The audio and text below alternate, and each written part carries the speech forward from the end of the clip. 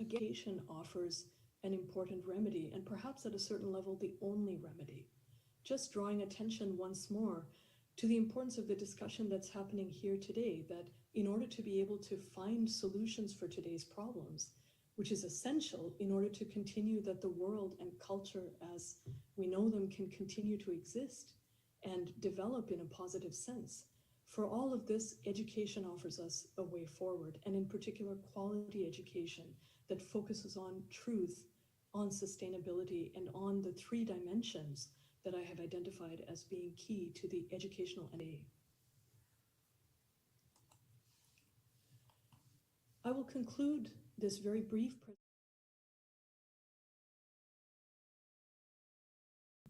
which is to say, broadening our understanding of what educational materials there are in the world today. And again, discernment, being able to identify those important voices from around the world, in many cases, voices that were oppressed in the past, which now can offer us a background and direction when it comes to pursuing sustainability and approaches to today's global problems.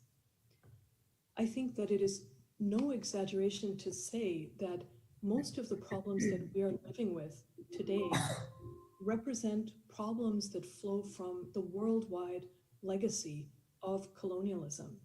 And it is quite a powerful thing to come to that realization so many years into the process of decolonization. You know, it's been for many countries 40, 50 years and even longer since colonialism officially ended.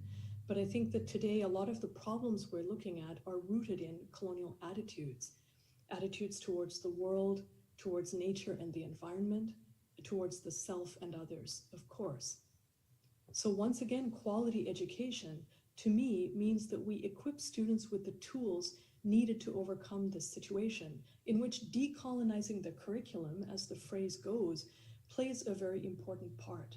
So encouraging students on the one hand to learn about their own cultures and experiences and share those with the world, and simultaneously understanding that they can and should be participants in what is happening at the global level of culture in order to take charge of the directions and ensure, above all, that the future must be different from the past. I'll give a very small example before I conclude my remarks today.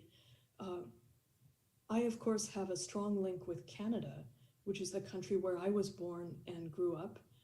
And in Canada, we have a very interesting situation where Indigenous peoples of Canada and of North America form an important part of our country. And of course, they have gone through a colonial experience where, frankly, concerted efforts were made by the Canadian government in the past to suppress the culture of these peoples, including notably their languages. But today, there is a kind of renaissance happening in the study of the languages of Indigenous peoples, where they are attempting to revive interest in those languages and to develop, organize, and share knowledge about their languages and culture. And in doing so, they are having the access to various means tied to technology to help them to develop and share their traditions in the current environment, using such things as making films in native Indigenous languages. For the first time, we're seeing films being made in languages of the far north and the west of Canada, using various tools that are available for language learning through means such as YouTube and other mechanisms available online. So these are very creative uses of technology, which I think go back to the ideas of decolonizing the curriculum and focusing on those three aspects of developing education for the present and the future, focusing on the development of knowledge, on sharing it, and on building the self-esteem and the cultural aspects of character that are tied to those Indigenous traditions, which they are then ready to share with the world. Again, with this objective that the younger generations, and in fact, everyone at every level who is being educated today, must always face this imperative, I think, that looking at our world, the future needs to be different from the past. How are we going to acquire the tools to make sure that that's the case? it is through the means of quality education. And about that, I think there can be absolutely no doubt. So thank you very much for this opportunity to present some very brief thoughts. And I look forward to hearing the remarks of the other speakers and to having a more in-depth discussion, hopefully during the question and answer session. Thank you.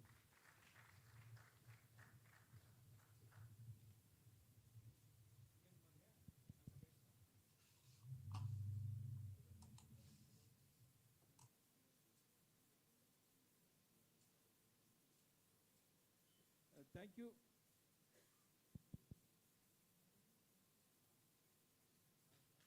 Thank you, Dr. Meera Sundararajan. Thank you very much. You have raised a few important questions, particularly with regard to the... Thank you that you have raised a very few important points in the higher education system. You know, the role of culture in education and how disinformation is being spread in the name of education in the last few years. And third, and most important, decolonizing the curriculum. This is going to be a challenge for all of us in the coming days. Thank you very much. Thank you.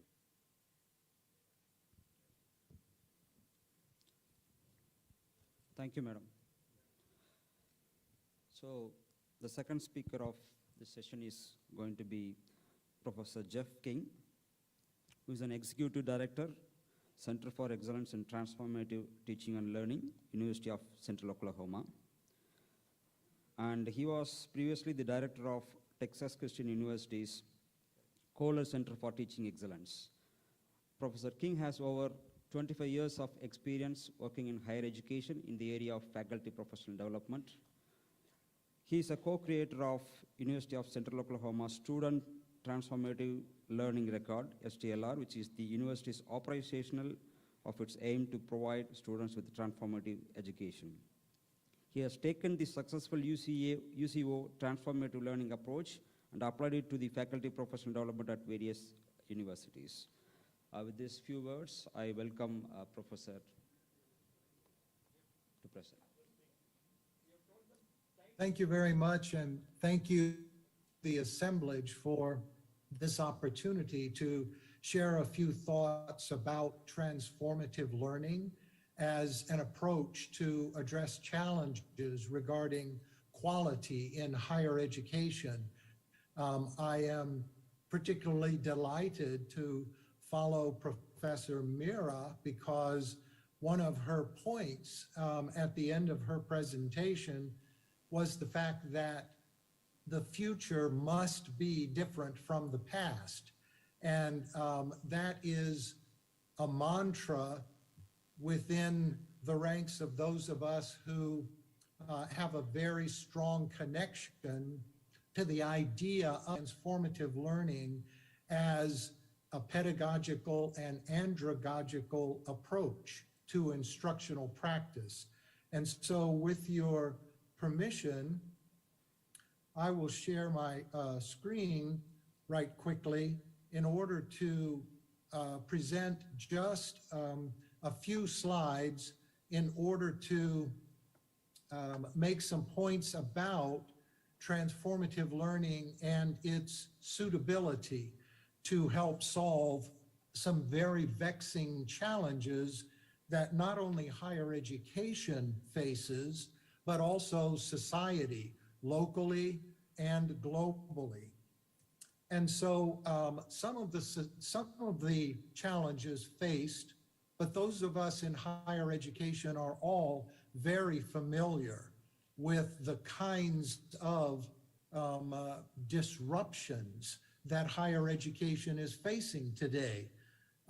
And in particular, not just in one region or one country, but globally, employers are saying that they need graduates to enter the workforce who possess skills that go beyond merely knowing the content of their discipline, knowing their mechanical engineering, for example. They need employees who are able to work on teams with people who disagree with them, for example, They need employees who can lead when the situation demands. And those are the kinds of attributes, mindsets, dispositions, and aptitudes that higher education must develop. Professor Mira had included character along with knowledge and skills. And this is exactly one of the challenges that transformative learning is very nicely positioned to address. Very, very quickly, I will, with apologies to those of you who know transformative learning well, for this assemblage, simply do a very brief oversimplification of the theory and what it would mean for instructors, for faculty, for professors who use this approach in their and in a simplified fashion for explanation, what happens in transformative learning is that the learner is faced with a situation that doesn't fit into his, her, or their worldview. It is a disruption to the way they normally think and act. When they encounter such a disruption, then they have to learn the process of critical self-reflection, which includes developing the skill to try to see through one's own biases and perspectives that have been taken to that point. Then, after such self-reflection, if there is an accommodation to this disruption, the learner can go through a changed or an expanded perspective. And so this approach to learning can be adopted within any discipline, within any course in a discipline, and can actually be associated to existing assignments. We've had great success with this approach at our own university. I will spend just a couple minutes to share with you a very important recommendation based on research that was published in a white paper just last month by the Association of American Colleges and Universities. This is the title of the white paper, and the research involved surveys of the higher education community, faculty, administrators, rectors, vice chancellors, so forth, and surveys of employers. Interestingly, when the survey results were tallied, the top 3 items that campus stakeholders identified as the mindsets, aptitudes, and dispositions, character is another way to say this, essential skills is another way to say this, that higher education said were important. Their top 3 you see is curiosity, persistence, and agency. For the employers, their top disposition and mindset was a work ethic, a good, strong work ethic. Agency was the second one, and you see there what the third one was as well. But here is the important thing, and it is a sea change in higher education. For the first time ever, the Association of American Colleges and Universities is recommending that development of character, of values, of mindsets, aptitudes, and dispositions needs to be moved into the curriculum. In addition to that, a development taking place in the co-curriculum. This is the first time ever this has been a recommendation, and it's highly noteworthy, and it speaks to what higher education sees itself as capable of doing in order to meet very vexing global challenges. So what we have done at our university in implementing a transformative learning approach has yielded these kinds of results for us. And we have done it at institution-wide scale. There is much higher student engagement as a result of our transformative learning process. We see higher student point averages. Those students who engage with transformative learning typically have grade point averages about a half letter grade higher than students who don't. Students engaging in a transformative learning fashion persist to their next year at about a 15% higher rate than students not engaging in this form of education. The employers hiring these kinds of students are much more satisfied with the graduates, and faculty enjoy this kind of teaching because for the first time, it lets them see their own personal impact and their courses' impact on their students' human development. Before this approach and how we've implemented it, tracked it, assessed it, documented it, faculty always hoped they were having a positive impact on their students' human development as leaders, for example, or as individuals who have skills with global and cultural competency, but they didn't have a way to track it and assess it. With transformative learning, however, and the way we have the process implemented at our institution, faculty can see in students' critical reflections the students' growth over time in these beyond disciplinary areas of development. And then finally, this process creates graduates who are ready and possess the skills to be contributors, not just consumers in our society. So we have partnered with the Caspar Foundation, which maintains a platform named KEDIT, which is a faculty professional development platform. And we are building with them 4 courses in faculty professional development for how to teach in transformative focused ways. And you see here the titles of the 4 courses.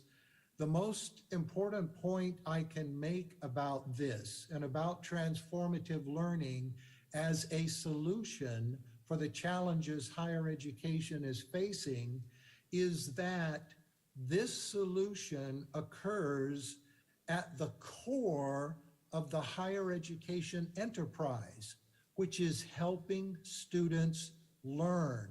If we are going to make the future look different from the past in education, that has to happen at the interchange and the exchange that go on between faculty and students. And this means that faculty do different things in order to prompt student critical self-reflection.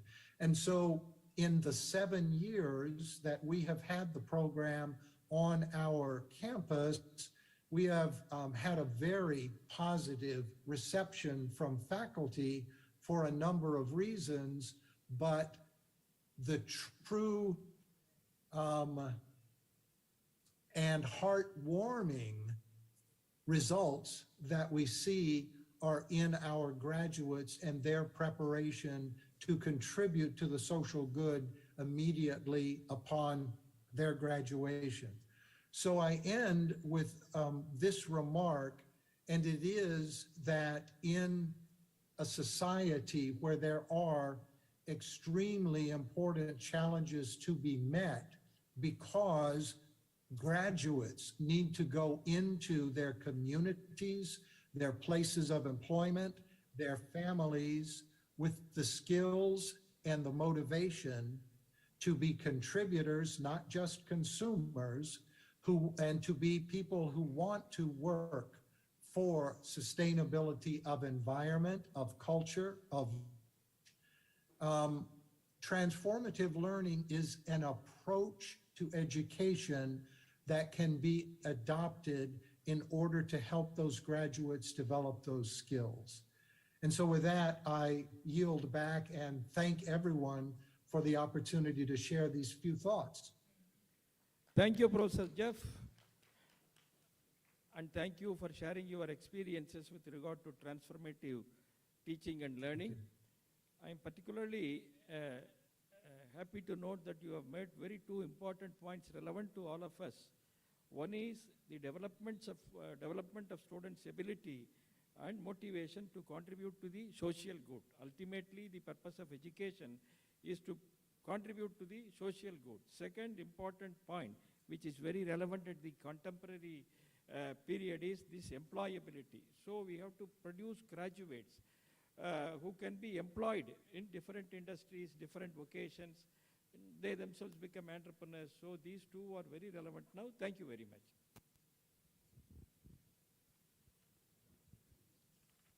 Thank you, Professor Jeff King. Please stay online so that you can take part in the question and answer session, which will be followed by all the presentations. So the third speaker of the session is Professor Gurmeet Singh, who is the Vice Chancellor of Pondicherry University, Puducherry.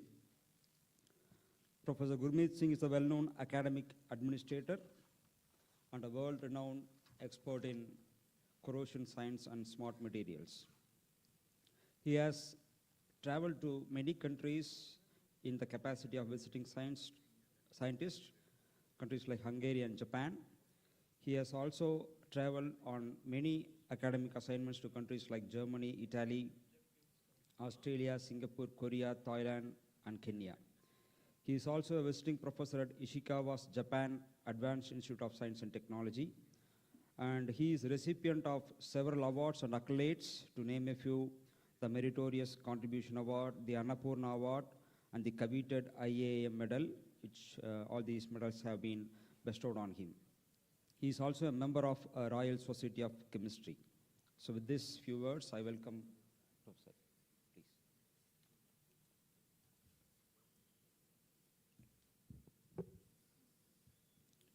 Thank you very much. When I came here, I was wondering whether I'm going to address to the empty chairs, but then the heartening feature is sizable number of people have come in here. And I would begin my address by saying that I must compliment the AIU officials, Dr. Tiruvasam, the president, and Dr. Pankaj Mittal, and Dr. Pani, who have taken a great pain in organizing this. It has been held here in Bhartiyar University, and for that I would like to compliment Dr. Kalish Raj, the Vice Chancellor here, and all his team members who have put in their heart into this. The arrangement has been very good, and they need all compliments and appreciation. I'm saying this from the core of my heart because in 2018 I had organized a similar conference here in my university in Pondicherry, and I know how much work one has to do and what effort goes into this. So therefore, all my compliments. Then coming here to this session, Professor P. Kanaksabhavati, our chairman here, Professor Meera Sundararajan, who has just addressed, and Professor Jeff King, you have heard already, and Professor Vijay Raghavan. I was jocularly telling him that he looks like one among the Americans, but that's the way life is. And rightly so, you have christened this as a kind of a course which will help us in achieving these sustainable development goals through new education policy, of course. That was the underlining effect of this. Now, I will, in the given time that I have at my disposal, I will highlight what I've been doing in all my meetings with the Vice Chancellors, administrators, regulators, wherever I have spoken, wherever I've got chance. I'll repeat those again because I have a feeling that if we do this, I think we are going to implement new education policy in the best of ways, and these sustainable goals automatically will be coming in our way. And we'll ultimately be achieving all these 17 goals which have been given to us. Now, I do not know, people often question this, whether you have read the new education policy or not. It's a document of 67 pages, If you read in the shorter version, it is about 5 pages. Let me give you 3 capsules and one main point. The best feature of this policy is that it emphasizes right from the beginning the teaching in one's mother tongue. I have always maintained if one has to have the original thinking, you cannot do very well unless you start learning in your own mother tongue. First 6, 7 years of our formative years in the education should be in mother tongue. If that is done, you will find a child will become as brilliant as you can imagine probably.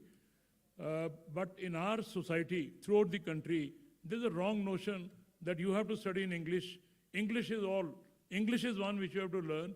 Please understand. We force our kids. Don't say my name is this, say Mera. We'll force them to speak in English, which is not required. If we encourage mother tongue, you will find the kind of development that a child will have will be amazing. Please remember, language is not a knowledge. Language is a stair through which we can attain knowledge, and we force our kids to learn English, which is not needed. It is the mother tongue which is required. That is where the original thinking will start. Having given this is what this policy has emphasized right in the beginning, in the opening chapter. If that is done, then there are 3 capsules. Please remember that. And once I say that, I don't think anybody is going to ever forget this. The first capsule here is, this is a policy which tells you you have to learn to leave, which was never there in our education system. Once you enter, and if for some reason you leave the education in between, in class 8 or BSc or MA or wherever, once you leave for 1 year or 2 years and go back, they'll say, well, you are useless. Gap years, this thing, that thing, will put all kinds of problems, and we'll never welcome that. And if you look at the other systems, maybe Eastern side, Japan and company, or America or wherever, you will find that people would leave, earn money, set up their problems, solve their problems, and come back to education. Those people have done exceedingly well. If you read the history, some of the Nobel laureates have done this way. So that is one which was never there, and now this policy says, you join a system, whenever you feel you are not economically sound, you feel there are problems in your family, there are other social issues to be settled, leave that, settle those, and whenever you feel convenient, come back and start your education again. This is one of the best features of this. Now, who is going to keep record? What are we going to do? There is an academic bank of credit. We all need to register. I don't know how many of you have done it. If that is done, it is not going to be your headache. It is going to be the headache of that computer, which is doing a great service for all of us all over. If that is done, probably you will find that part will be taken care of. Even if somebody joins after leaving for a period of 10 years, whatever, and once one comes back, you will find that will be taken care of. You don't have to depend upon your own records. The second important capsule here, which I want to highlight, is it is a policy which tells you teach to transform. I am learning something so that I can help the society, I can help the system. We know electrical engineers, but when you tell them fix a fuse, their hands will shiver. They say, no, I can't do it. It is the job of a technician. You are an engineer, you should be knowing everything, but that's where we falter. A mechanical engineer will not be able to set minor fault in our vehicles, but when you go to a roadside mechanic, he will do it by listening to the noise, he will tell this is the problem. This is what is called teach to transform. We have to teach so that we are able to help the system. The third important capsule is educate to empower. We are educating, I think you will all agree with me when we tell our students that, okay, you want this waiver, write an application. And when one writes an application, be it in Tamil, Hindi or whatever language, it is full of mistakes. They do not know how to do that.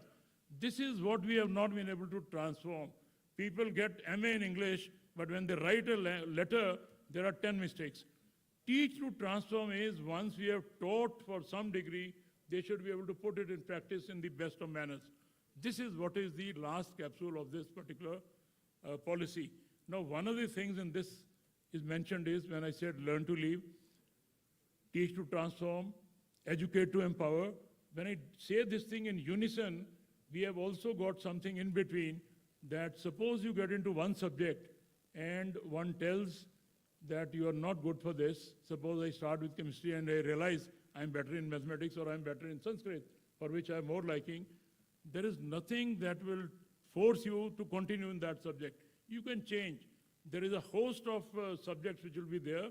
You can pick up any subject of your choice, take that, do well, and whatever you do, you deposit that in your bank of credit, And if you find you have picked up Sanskrit, you have picked up physics, you want to do something in, let's say, sports, or you want to do something in Tamil, pick up that because you are inherently very good in that. Do certain courses and then deposit in your credit. Whenever you have required number of credits, we'll be able to give you a diploma or a degree or honors degree or master's degree, depending on how many credits you have got to your credit. This is something which is a remarkable part of this policy, that you can leave, you can do, you can study, whatever you have of your choice, you can get that number of credits and get the degree. No, that's all well said. The question will be, the last part which I'm going to highlight is, the most important point is going to be, how are we going to implement it? Am I going to have a huge number of subjects in my university, that if somebody wants music and Sanskrit, I must have it. If somebody wants Hindi and Tamil, I must have it. Obviously, it is not possible. And if I look at any university, state, central, whatever, all subjects to have is not going to be a possibility. Now, if somebody is going to be working in science subjects, everything in science in a particular university is not going to be possible. So what is the key word? The key word which I highlighted in 2018 when we had that meeting, I discussed it at length with Vice Chancellor. Wherever I've got a chance, I've talked about it. I'm repeating that part. The key to success for this policy is going to be in sharing. Whatever I have in my university, I have it, I've developed very well.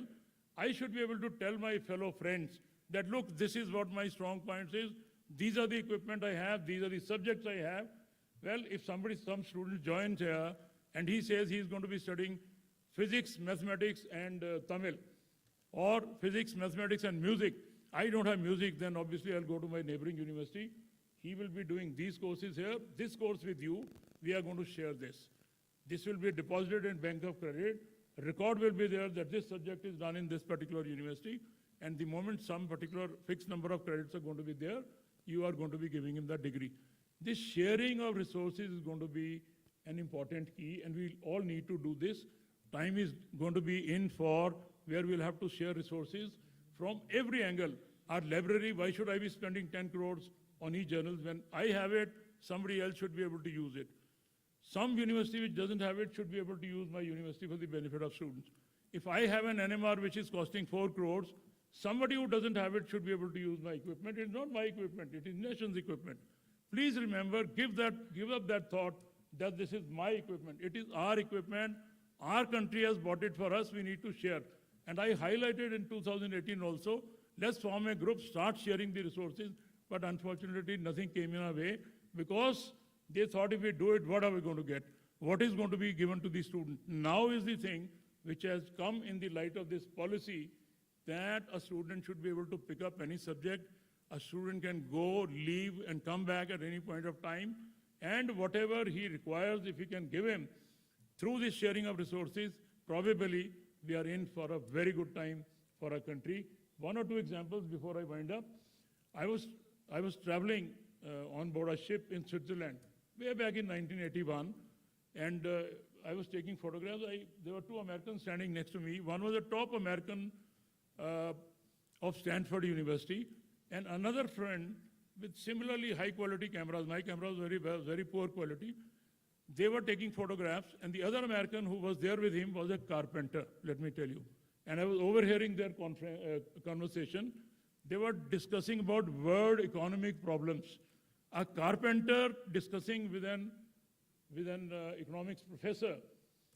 They had done the same degrees. The difference was that professor did it in one go in 5 years, and that carpenter did it in 17 years because he was by trade belonged to a family of carpenters. He joined, left, joined again, did BA, again left. 17 years it took to study the same thing, but he was equally well conversant with whatever the other fellow was. This is what is required in our society. We should not say that, well, you are a painter, you will not do anything. Once he has attained knowledge, educate to empower, that is what is needed. This is what comes in this policy. If that becomes a reality, probably all these ST goals are going to be within our reach. How are we going to do it? You will say, I've just said it in the air. It is not in the air.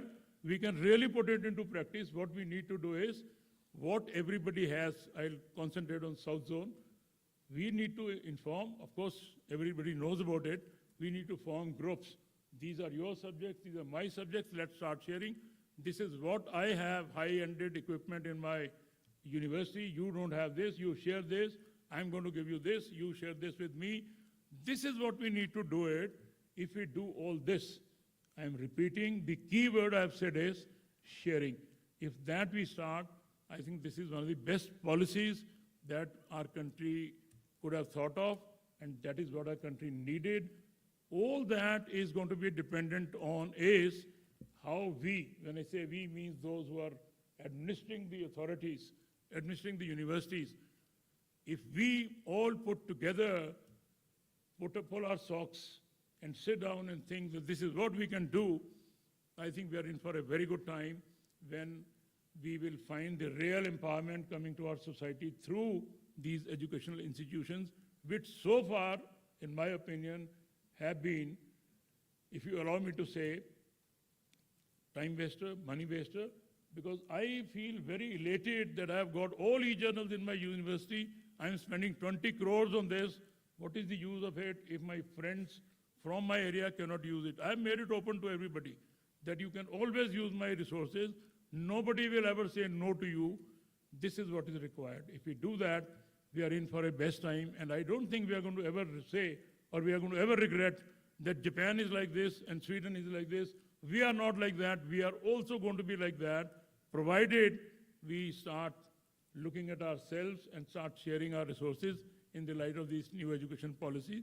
I don't have much time today, but then at a later time, when we get a chance to speak to all our friends together, I think this message will go in a better way.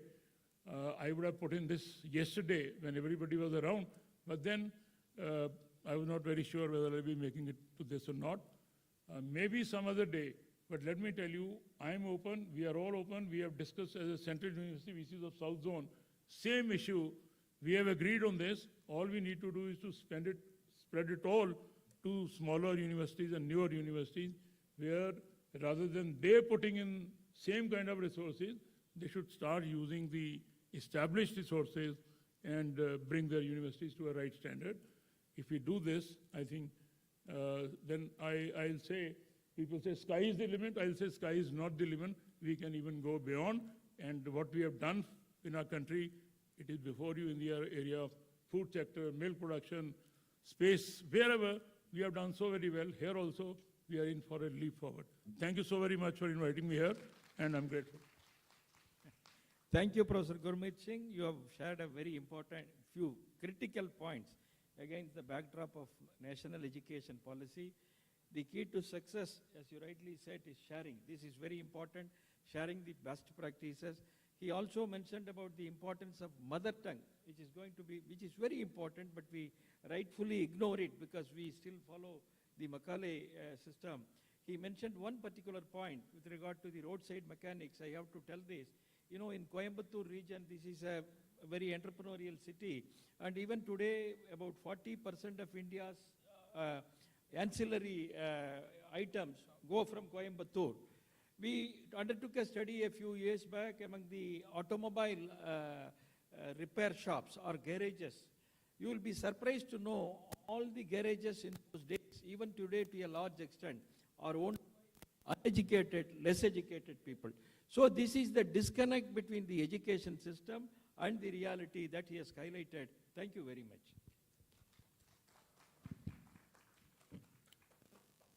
Thank you, sir. The last and the important speaker of this session is Dr. P. Vijayaraghavan, Vice Chancellor, Sri Ramachandra Institute of Higher Education and Research. He is a Famer Fellow in Medical Education, and importantly, he is the awardee of most prestigious Fulbright Scholarship in the year 2015. He was also conferred FRCS in 2018 by the Royal College of Physicians and Surgeons of Glasgow, UK. He has over 35 years of experience as a practicing orthopedic surgeon in various capacities in teaching and non-teaching hospitals, and developed special interest in joint replacement surgeries and spine. He was the president of Orthopedic Association of South Indian States in 2015, and he had also served as the president of Tamil Nadu Orthopedic Association in 2008. He is well known for his proficiency and contribution towards medical education and curriculum reforms, and is a member of the expert group of MCI in the formulation of competency-based curriculum and training for UG and PG medical courses, including orthopedics and hand surgery. We are fortunate to have such an eminent person here. I welcome you, sir, to present your talk.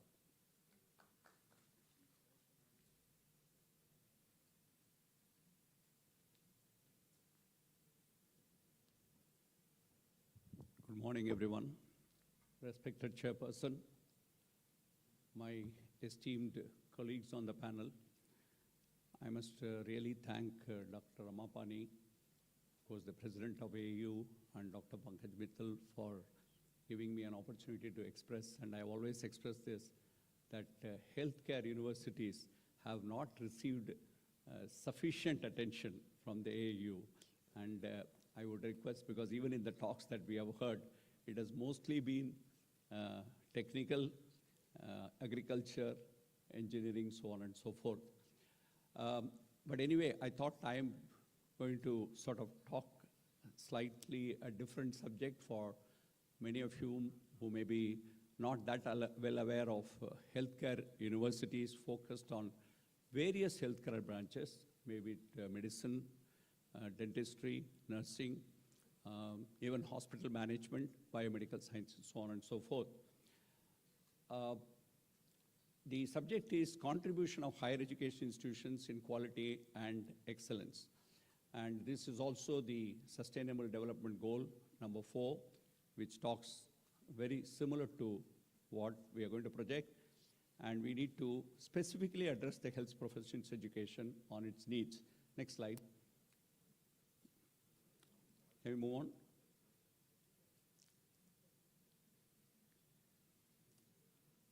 Next slide. Yeah, if you look at next one, how do we sort of look at quality in education is at the end of the day, we should be able to produce industry-ready graduates. This is a concept not well understood under healthcare. Engineering and other sciences have understood very well, but how do we make our healthcare professionals also knowledgeable, skilled, and having sufficient attitudes? And under skills, I'm going to concentrate mainly on skills, critical thinking, collaborative skill, communication skill, and creative skill. Most of the health professions education are still knowledge acquisition, and skill is later on developed after you start practicing. So at least at Srihar, we have adopted this policy of working collaboratively, building partnerships, and achieving together, and producing appropriate teaching learning strategies and professional practice, ultimately in creating new knowledge and research-informed teaching who are able to produce the graduate who can perform on the ground. Next slide.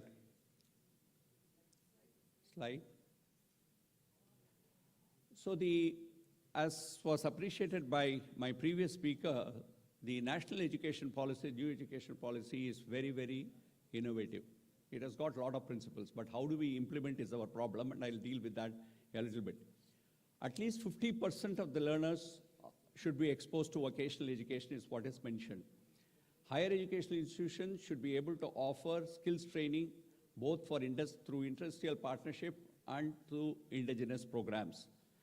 And how do we integrate vocational training to our regular general education is the challenge. And the National Committee for the Integration of Vocational Education gives you a chance to understand this if you go through the data. Next slide.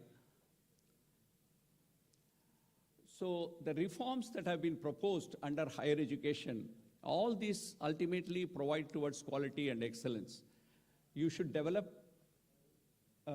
good, thoughtful, well-rounded, and creative individuals at the end of the day. Identifying competencies is a big challenge. You can't expect a student to have 2,000 competencies out of an MBBS program. You have to be careful in identifying that. Skill enhancement.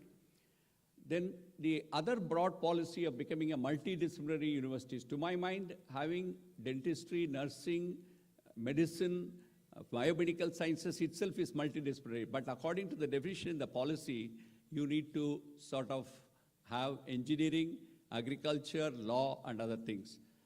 Encourage more and more of online and distance learning and online programs.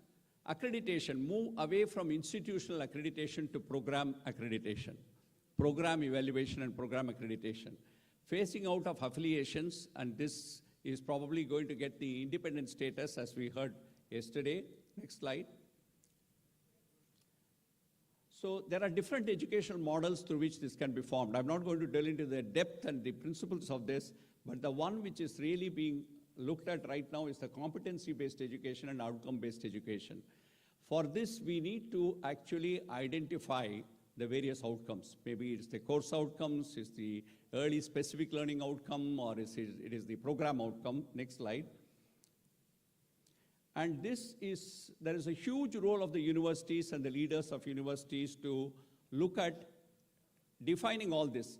Broad statements have been given in the policy, but individual universities have to look at the outcomes and the graduate attributes that they want their students to get out. Innovative teaching learning methods have to be adopted. Faculty training is the most important point without which I don't think this policy would be ever implementable. Again, I was so happy that Dr. Gurmeet brought this aspect. For skills development, there is a need, particularly in the health professions education, to create quite a lot of simulation-based and skills labs. And these are not that easy and cheap.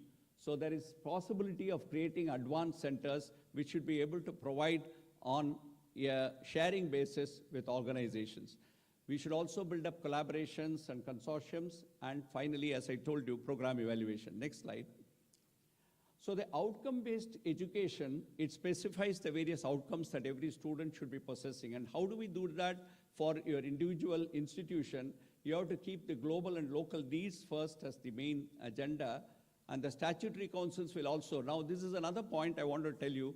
The policy has been announced, but have the regulatory councils actually looked at the policy and given us instructions in terms of various institutions to follow? Probably not. And unless that happens, everybody is going to be scared of adapting to various principles that have been given. And then once you declare the program outcomes and course outcomes, you should give the various teaching learning objectives, give the strategy by which you are going to do, and also assess the students. And here I must tell you, formative assessment is the key. That is the thing that has to be practiced. Your summative assessment may not be able to provide you opportunity to test everything. So if your formative assessment is good and you make people competent and certify them in the skills that they need to do, you can progress further. Next slide. Strategic planning processes, of course, you have to get started somewhere. You have to see your requirement. You can't follow what is being followed in the West. You have to do a SWOT analysis, then give your vision, mission statement, and work on it. Now, I think we'll move on. Next slide. So in India, if you look at, the literacy rate is about 70% now, which is a great achievement in itself. However, the employability is only about 20%.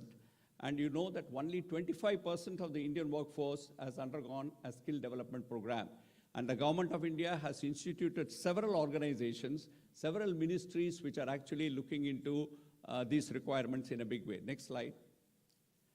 So one of the areas that I really wanted to concentrate, and the next slide will probably explain this, is the opinion of 72 experts in the country over 40 years.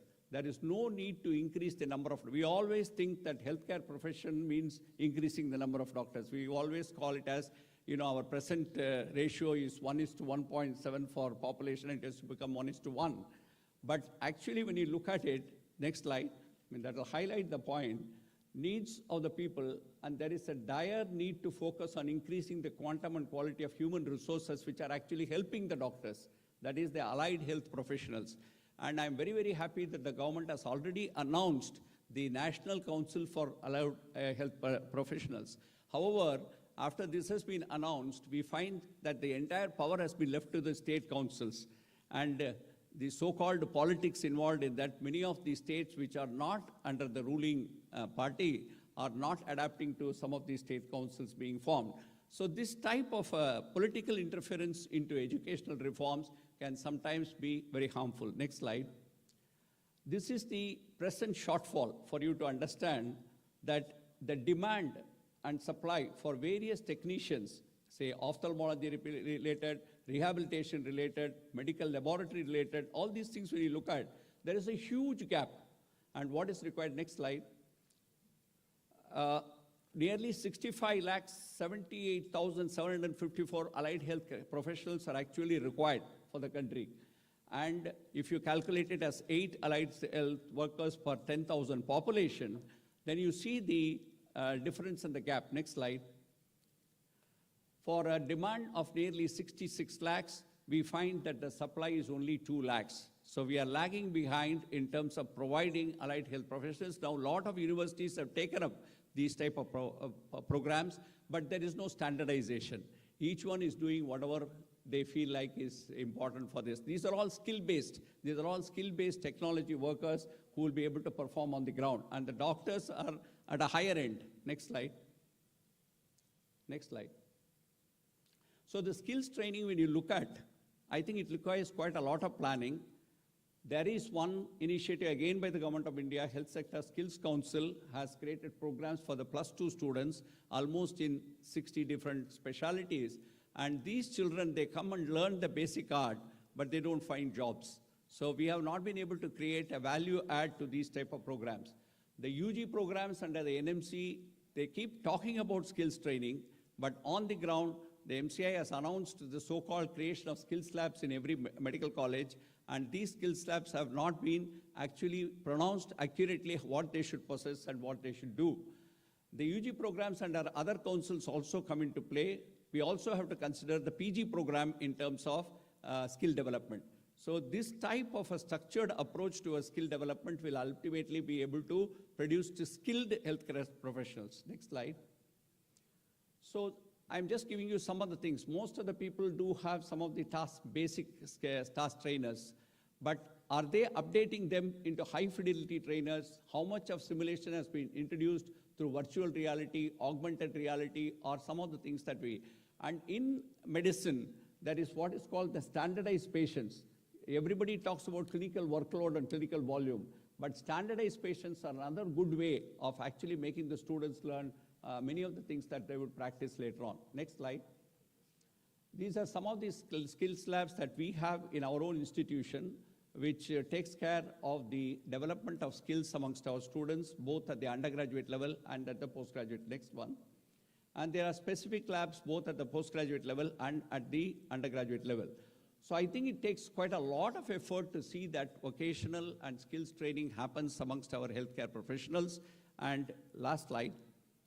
In conclusion, vocational training and all skill development should be focused by all higher education institutions. Not only that it's meant for medical college, it's not meant for nursing college, things like that. Hands-on and experiential learning methods to be encouraged. Use of technology is very, very important these days, and formative assessment strengthening is the need of the hour. Thank you very much for this opportunity. Thank you. Thank you, Professor. Thank you very much for highlighting some of the very important issues like integrating vocational education, skill development. This is the need of the hour. Thank you very much. Thank you, sir. The floor is now open for discussion.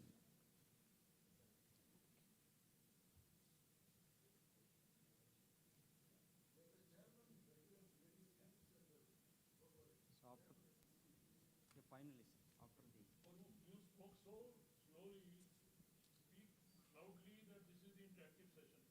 People have not been able to hear you. Say that again. May I, sir?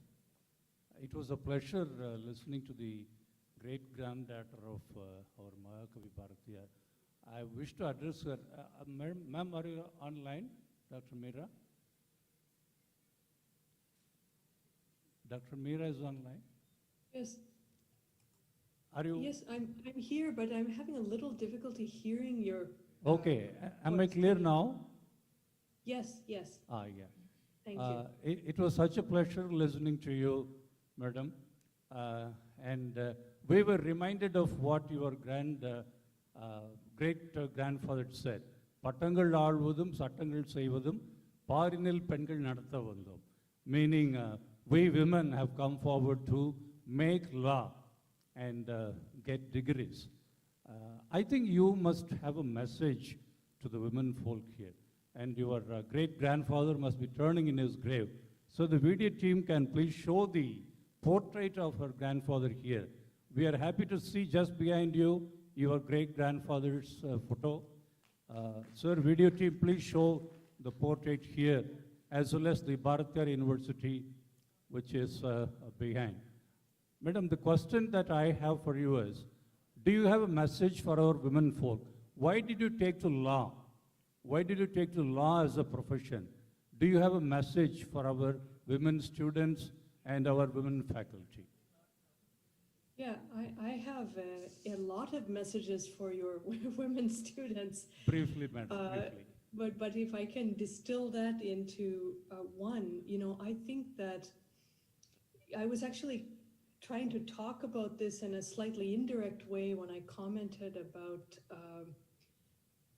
the need to make the future different from the past, and that being one of the key goals of education. I think that actually has come out in all of the very interesting presentations that we just heard in one form or another, that change is something that we desire and the future should be different. And I feel that women in particular have a very important leadership role to play in making the society of the present and future different from the past. So in confronting these global challenges and creating a more just, more equitable, and better society in every sense. Because, to put it in a very simple way, I think that the society of the past was a society where women were not in a prominent position. I mean, to say the very least, women were oppressed. And that, unfortunately, is true in India and almost everywhere in the world. So in a sense, with due apologies to the non-female members of the audience, but nevertheless, we have to admit that in a way, a lot of the problems today are a legacy of a male-dominated patriarchal social structure, which ultimately is not good for anybody. It's not good for women, it's not good for men, it's not good for children, for the elderly. Everyone loses in this type of structure where women are excluded. You can put it very crudely as a tremendous loss of human capital. A failure of human development is what I would call that, and society as a whole is losing out. So I think that women have to really, it's incumbent upon us to step forward and take our place, take the leadership opportunities, or make them if they are not offered, to have a voice. However, we have to struggle in order to do that, to make sure that we are seen and our voices are heard, because something very important is at stake. The future of the world is at stake, and our exclusion is what has led to a bad situation today. So my message that I always try to share with the women that I'm so happy to interact with as an educator is that, take advantage, take courage in both hands, and think about the great people that have supported women's rights and women's leadership. Of course, Mahakavi Bharatiyar is the foremost among those people, anywhere in India, anywhere in the world. And rely upon them to give us the self-confidence and the strength to go ahead, engage with the society, and offer our point of view. I think that is essential for the future to be different from the past. Thank you, Dr. Imran. Thank you very much indeed. Thank you. Really, we feel that as if we are seeing Mahakavi Bharatiyar in you, with you as well. Sir, My dear friends, all of us should join with me to extend our sincere thanks to the Vice Chancellor of Bharatiyar University, Dr. Kaliraj, who has only invited you and given the opportunity to us to see you and get your good words. Basically, you look like Bharati. Only missing is the mundas is missing. That's most important. Yeah, mustache as well. Your eyes, we are able to imagine the spirit, the national spirit He's a very bold person. We read about Bharati, and your eyes also look like the eyes of our Bharatiyar. Really, we are very delighted to see you. And one more thing, you will be much happy. This university is named as Bharatiyar University. Not only that, every day, the university commences its work by listening the Bharatiyar's poem, Enniya Mudidal Vendum, Nallave Enna Vendum, that every day, at the time of the song comes, all the faculty, all the students, all the workers, they will be in standing just like for national anthem, wherever they are. That kind of respect is being given to Bharatiyar. Now, unfortunately, we are not able to give this message to Bharatiyar. Anyway, I'm happy we are able to share this message with you. Now, I am requesting the Vice Chancellor of the Bharatiyar University, who has made everything possible today, to speak about you and about the university as well for a while. Thank you, Meera, for joining with us through online. And we are going to have our centenary celebration of Bharatiyar in September. As you promised, I request you to join in person. And for the information of all the people, that Dr. Meera is one of our mentor professors in English department and what are the other departments? 2-3 departments, women's studies and all. Thank you very much for your support. Sir, one question to Dr. Vijayaraghavan, sir. You are a healthcare specialist. May I just say a word, which is actually, I'm so moved. I'm actually having difficulty expressing my thanks and my gratitude to you for having me involved today and in all the matters of the university in which you have allowed me to share. It's my great privilege. I'm very, very humbled to be able to share my knowledge with you, and I hope that we'll have many more opportunities to do so in the future. So thank you very much. Miha Nandri, I should say, Miha Nandri. Sir, Vijayaraghavan, sir. You are a healthcare specialist, sir. We keep sitting for quite a long in a day's time. And the alphabet C is quite known to all of us. C1, C2, C3, there is a location where we all have problems. What is your quick suggestion, sir? We can't take our yoga mats to the office and keep exercising. Can you just give us a tip so that we could get ourselves relieved of this problem of sitting for a long time? What is a very simple technique and exercise which the sitting professionals could do, sir? Thank you, sir. Actually, I had one Professor Mohandas in Chennai, who is quite famous, but he's very old now. He used to do one thing in every, because most of our education happens through theoretical didactic lecturing. So he will come, first he will get up and ask everybody to stand up, and he will ask them to do exercise for about 3-4 months, 3-4 minutes, moving their hands, legs and things, then only start the class. And sometimes if he feels that the audience is not responding that clearly, in between also he will do that for after 35 minutes. So there is a role. Some people believe even in the laughter club and things like that, they sort of sequence their classes with such type of 2-minute, 3-minute breaks like that. But I think this is something, that's why, these days we are going in more for flipped classroom, where we do not come and keep talking from one side. The entire session, what you are going to cover is already given to the people beforehand. The students come prepared with that and they talk, and you are at best, at most of the time, only facilitatory. Thank you, sir.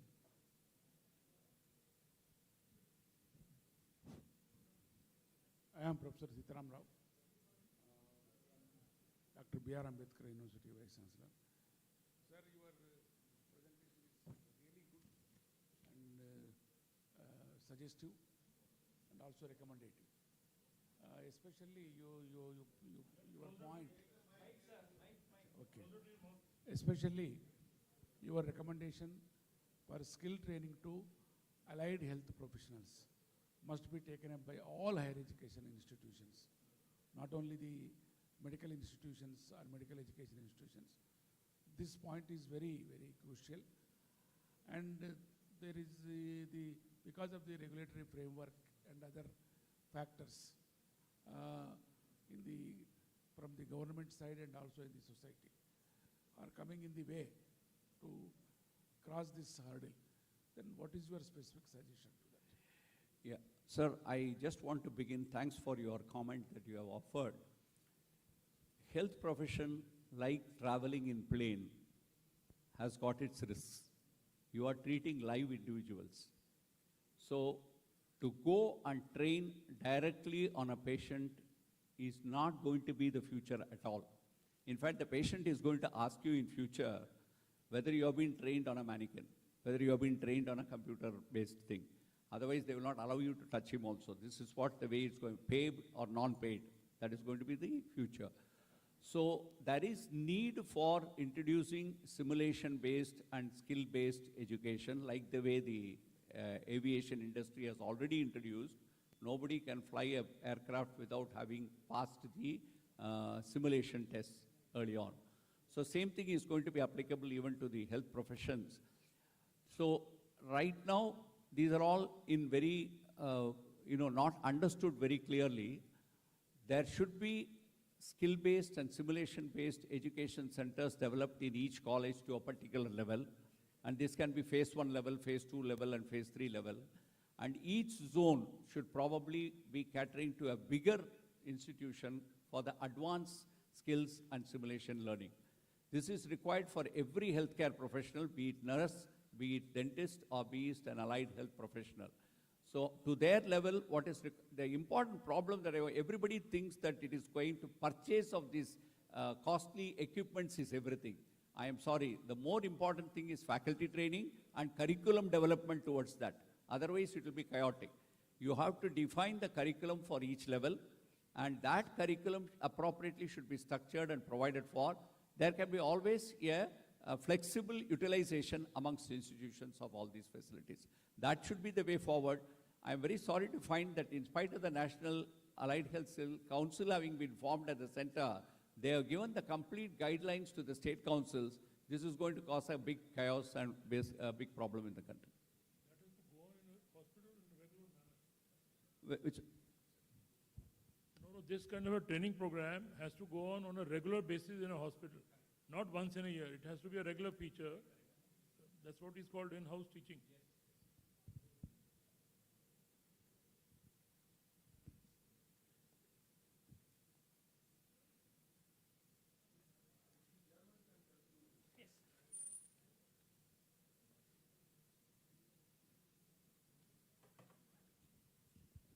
Before chairman can conclude, before he starts, I think our VC Bhartiyar joined in a little late. I had expressed our gratitude for doing a wonderful arrangement here for this conference. And I said that it is not a very easy job. I've experienced that in 2018. Well done.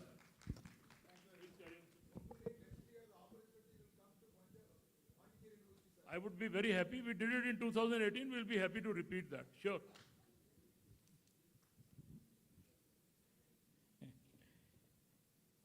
Respected President of Association of Indian Universities, Professor Thiruvasagam, Dr. Pankaj Mittal, Host University Vice Chancellor Dr. Kaliraj,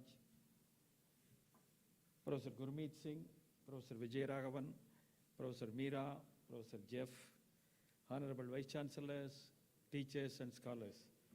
I am very happy to be here to be part of this South Zone Vice Chancellors Conference.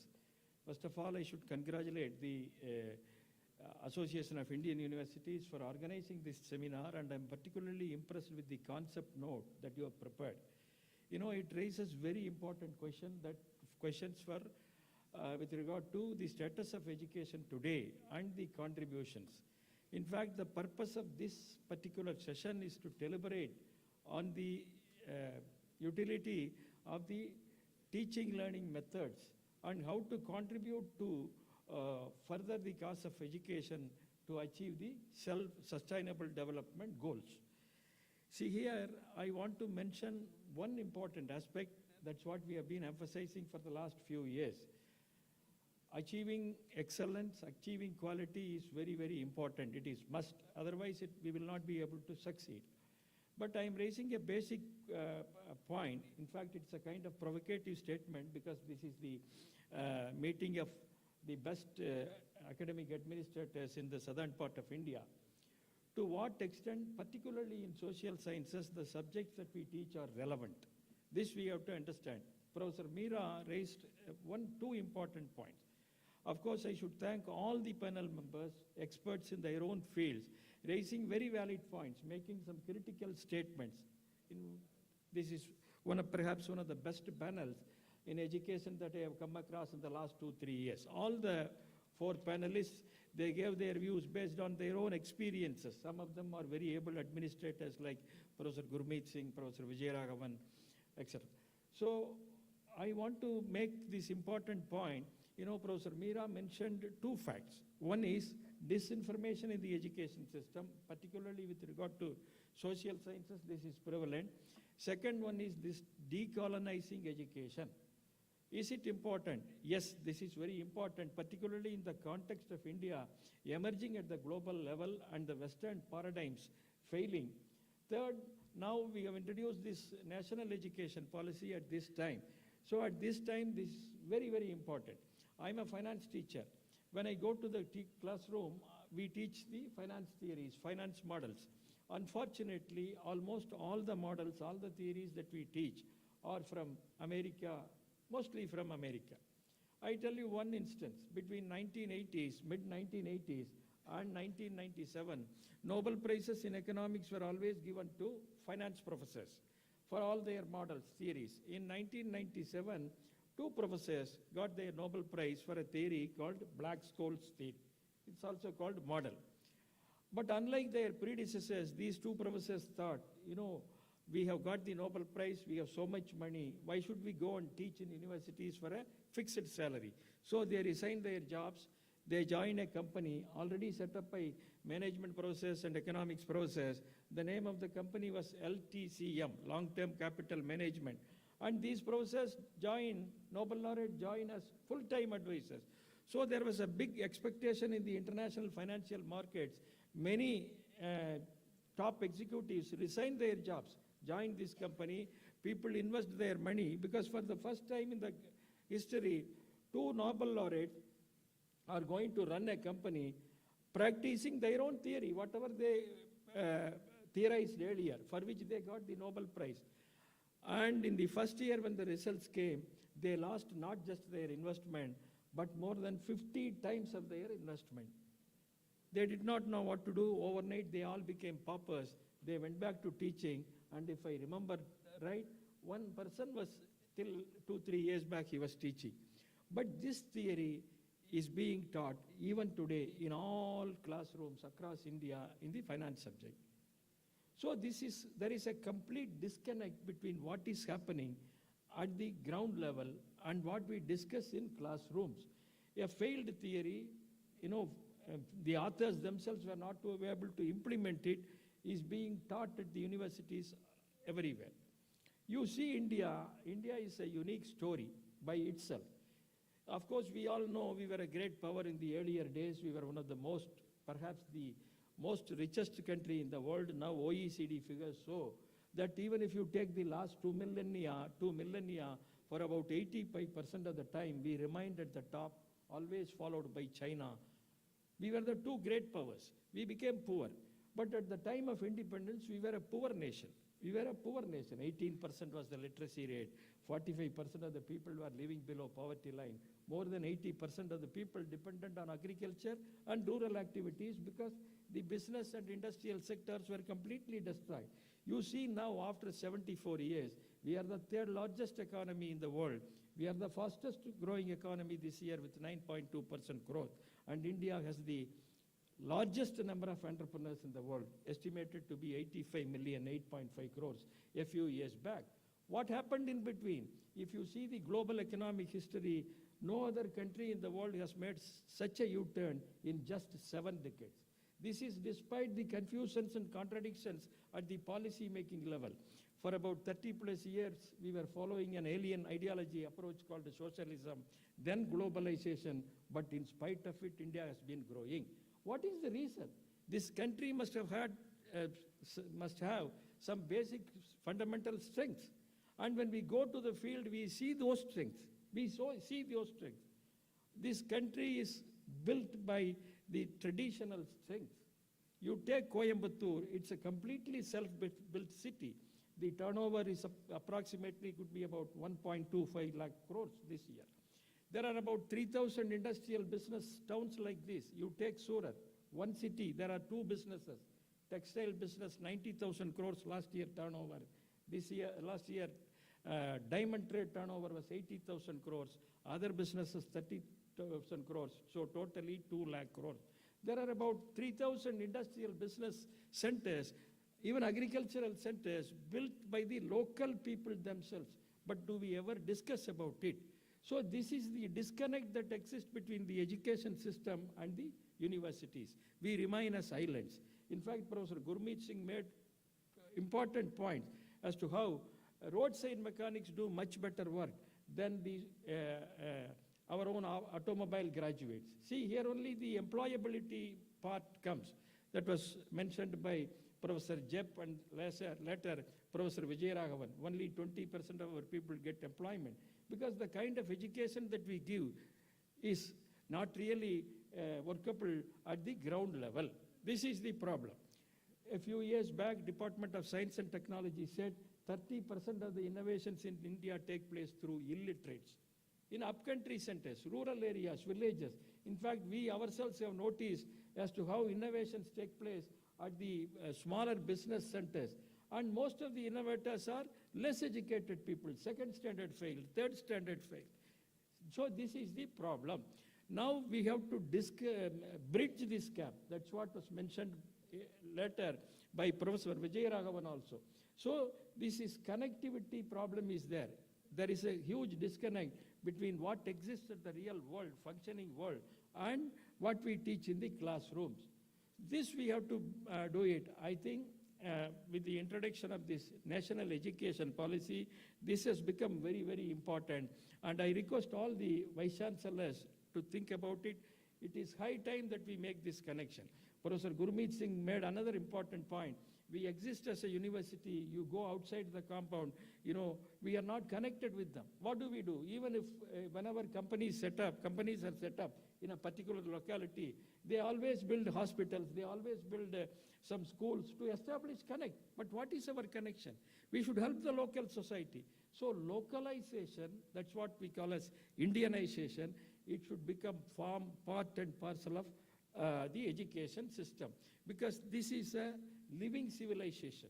In fact, we always say our society is an open-air university. We have enormous knowledge system existing outside. Even today in the 21st century, that is the reason why we are fast emerging as a global power.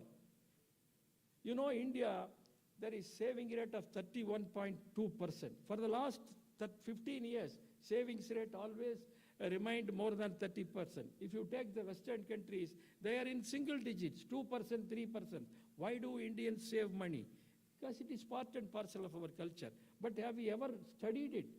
No, we don't study it. Professor Meera mentioned about women's studies.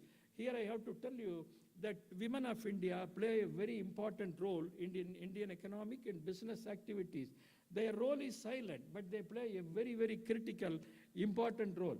Whenever we go and meet the entrepreneurs, highly successful people, they immediately say, sir, this is because of my mother, my wife. Some would say even sisters, grandmothers. So they all have enormous economic wisdom, but we don't realize it. This Jan Dhan scheme was introduced by the finance minister, by the prime minister in 2015. It was created so that, people who who don't even have the money to open accounts could benefit it. You know today there are 46 crore accounts, 65% of them are in the name of women. There is 1,59,000 crores in their accounts. This is an enormously saving-oriented country. If you take the nationalized banks of India, we have 140 lakh crores as deposits. And we see this country as having no potential when compared to the Western system. So this is what, if I remember, if I can term it correctly, Professor Meera called as this colonial misinterpretation. So this we have to remove it. This we have to do it at our levels, at the university level also. So my appeal today to all of you who have assembled here from different universities in South India is, let us think about it, let us work on it. So the relevance is going to be an important issue. Unless we are relevant to the local society, then we will not be able to provide benefit to the common good. After all, as educationists, we exist here, we are privileged people, we have to contribute something to the society, less privileged society. In fact, the entire Sustainable Development Goal speaks of providing facilities, universal facilities at the universal level. But as far as India is concerned, we have several advantages with us. And this is what we call as IKS, Indian Knowledge System. Many of the Vice Chancellors would be knowing, now Government of India is working on this IKS, Indian Knowledge System, and there is enormous IKS existing even today. You forget about the past. Of course, we have had a great past that is not reflected in textbooks. That also should be done. Rajendra Chola, Rajaraja Chola was one of the greatest emperors of the entire world, but we don't know nothing about them. This is part of history. You take any subject in social sciences, because some of us are involved in managing these affairs in the last 5-6 years, so we know a little better. You take sociology, for example, the first subject that a student learns is Max Weber theory, which says that India and China will not progress because, they have an Indic background. But in the last 30 years, it is these two countries, 25 years, it is these two countries that are taking global economy forward. How can we progress if we teach these subjects still in the 21st century, even after the Western paradigms have failed and India, China are emerging at the global level? So this is the time for us to think about it and make the necessary connection. As far as ICSSR is concerned, we are taking some important steps. Some of you may be knowing that we developed a scheme called the IMPRESS, Impactful Research in Social Sciences, which is to connect the local institutions with the policymakers. The biggest problem now is policymakers sitting in Delhi, Chennai, they do not have the realities at the ground level because mechanism is not there. So, but even then they make policies, they have to make it. Educational institutions, we teach subjects, particularly in social sciences, that are not relevant to us. So we have to change our orientation if we can study the realities that are prevailing at the ground level. If we supply it to the government will be very happy. And in the last 2 years, through the IMPRESS scheme, we are getting so many inputs from local institutions across the country, which we pass it on to the ministries concerned. Already about 15-20 ministries are working closely with us. So this is what we have to do, connecting the local realities with the policy makers. And that is how educational institutions, universities can better serve the society to realize the sustainable development goals. This is the first point. Second, my appeal is that we have enormous knowledge system that is prevailing even today at the ground level. You go outside the university, you take Vadavalli, you can go and see how our women save money, how our people enter into different kind of vocations. India is an entrepreneurial country, but in the classrooms we teach there is no entrepreneurship. Even today, 48% of India is self-employed. The highest number in the world. You take the Western countries, it is 5%, 7%. This is part and parcel of our life. We are told to stand on our own legs, and that is why India is surviving, India is flourishing, India is moving ahead. So if we want to be the partners of India's progress, then we have to be knowledgeable about these knowledge systems that are active there. Some of us may know that already foreign universities, they have come up here and they have set up India centers. India centers. To do what? To study about India. Not just about economic activities, not just about business activities, to study about our culture, our festivals. You may be knowing when Kumbh Mela was taking place about 4 or 5 years back, 7 Harvard colleges came here to study that. Because for them, 13 crore people assembling in about 45 days is news. Nowhere in the world it happens. Coming here, there, without invitation and going after making their prayers. So this is how India is functioning today. So whether you take the society or economy or business, we have what we call Indian models even today. Even today. So we have to go and study it. We have to start studying about India from an objective point of view and then rewrite our theories, rewrite our textbooks, rewrite our coursework. This is what we have to do. Now, at the personal level, some of us are involved in this work for the last 15, 20 years. We introduced Indian economic and business models as a subject in 2006. Now it is accepted throughout the country. They understand that we have functioning models. Now we are offering a course called Women in Indian Economy and Society, completely based on our studies. It proves how the women of India are very powerful, silent performers. So it will be an answer to the gender studies. So whatever subjects that we teach are mostly based on Western prisms. This should be removed. We have a good background and we should start studying it, and if we can put it in the curricula, syllabus, then that will be the best service that universities could do. In fact, we exist here as universities because we have a larger duty to perform to the society, to the local society, to the nation. So this, I hope, will be taken up as an important point for discussions among ourselves, and we are all there to help you to make this process go forward and see that the curriculum involves changes at the which includes the realities at the national level, so that we can be able to contribute to the sustainable development goals. Thank you very much.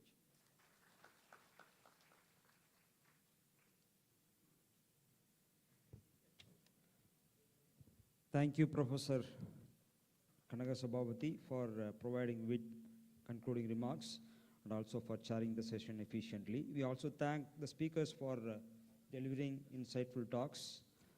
We request Professor G. Thiruvasavam sir, President AIU, to honor the chairpersons and the speakers with a small memento as a token of appreciation.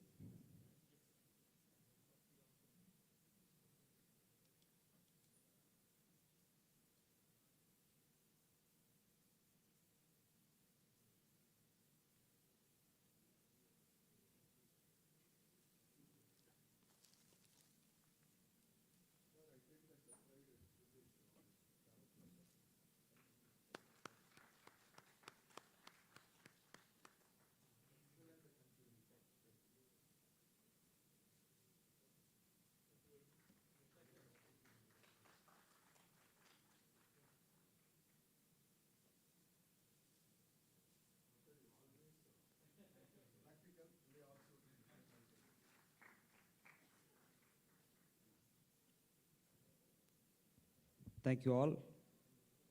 We will now have 10 minutes break to refresh ourselves, and we'll be back for resuming the proceedings. After the break, we will have a business session where all the dignitaries will be deliberating about several pertinent and important topics. Thank you.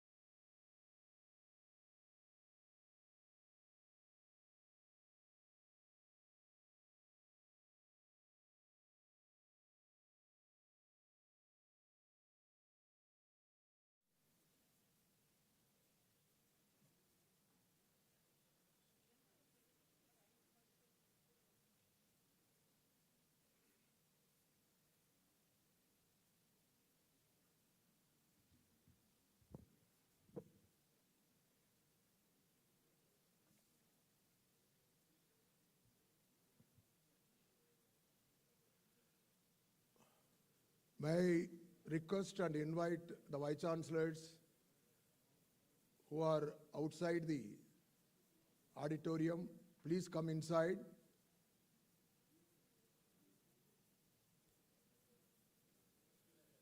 Beloved and respected Dr. Pankaj Mittal, the Secretary General of Association of Indian Universities,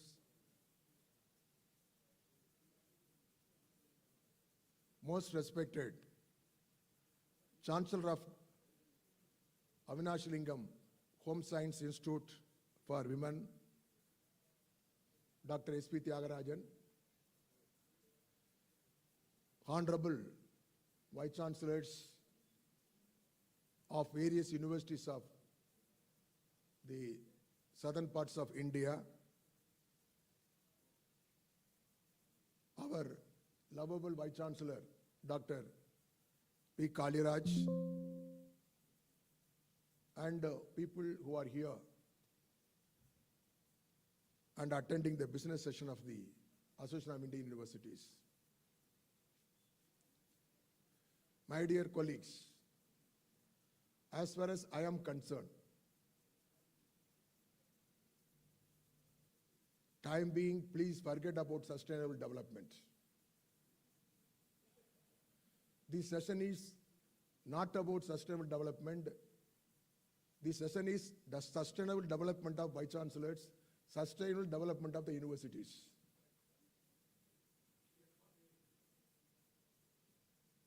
As a president, I give equal importance. What I mean, as far as the objectives of AAU is concerned,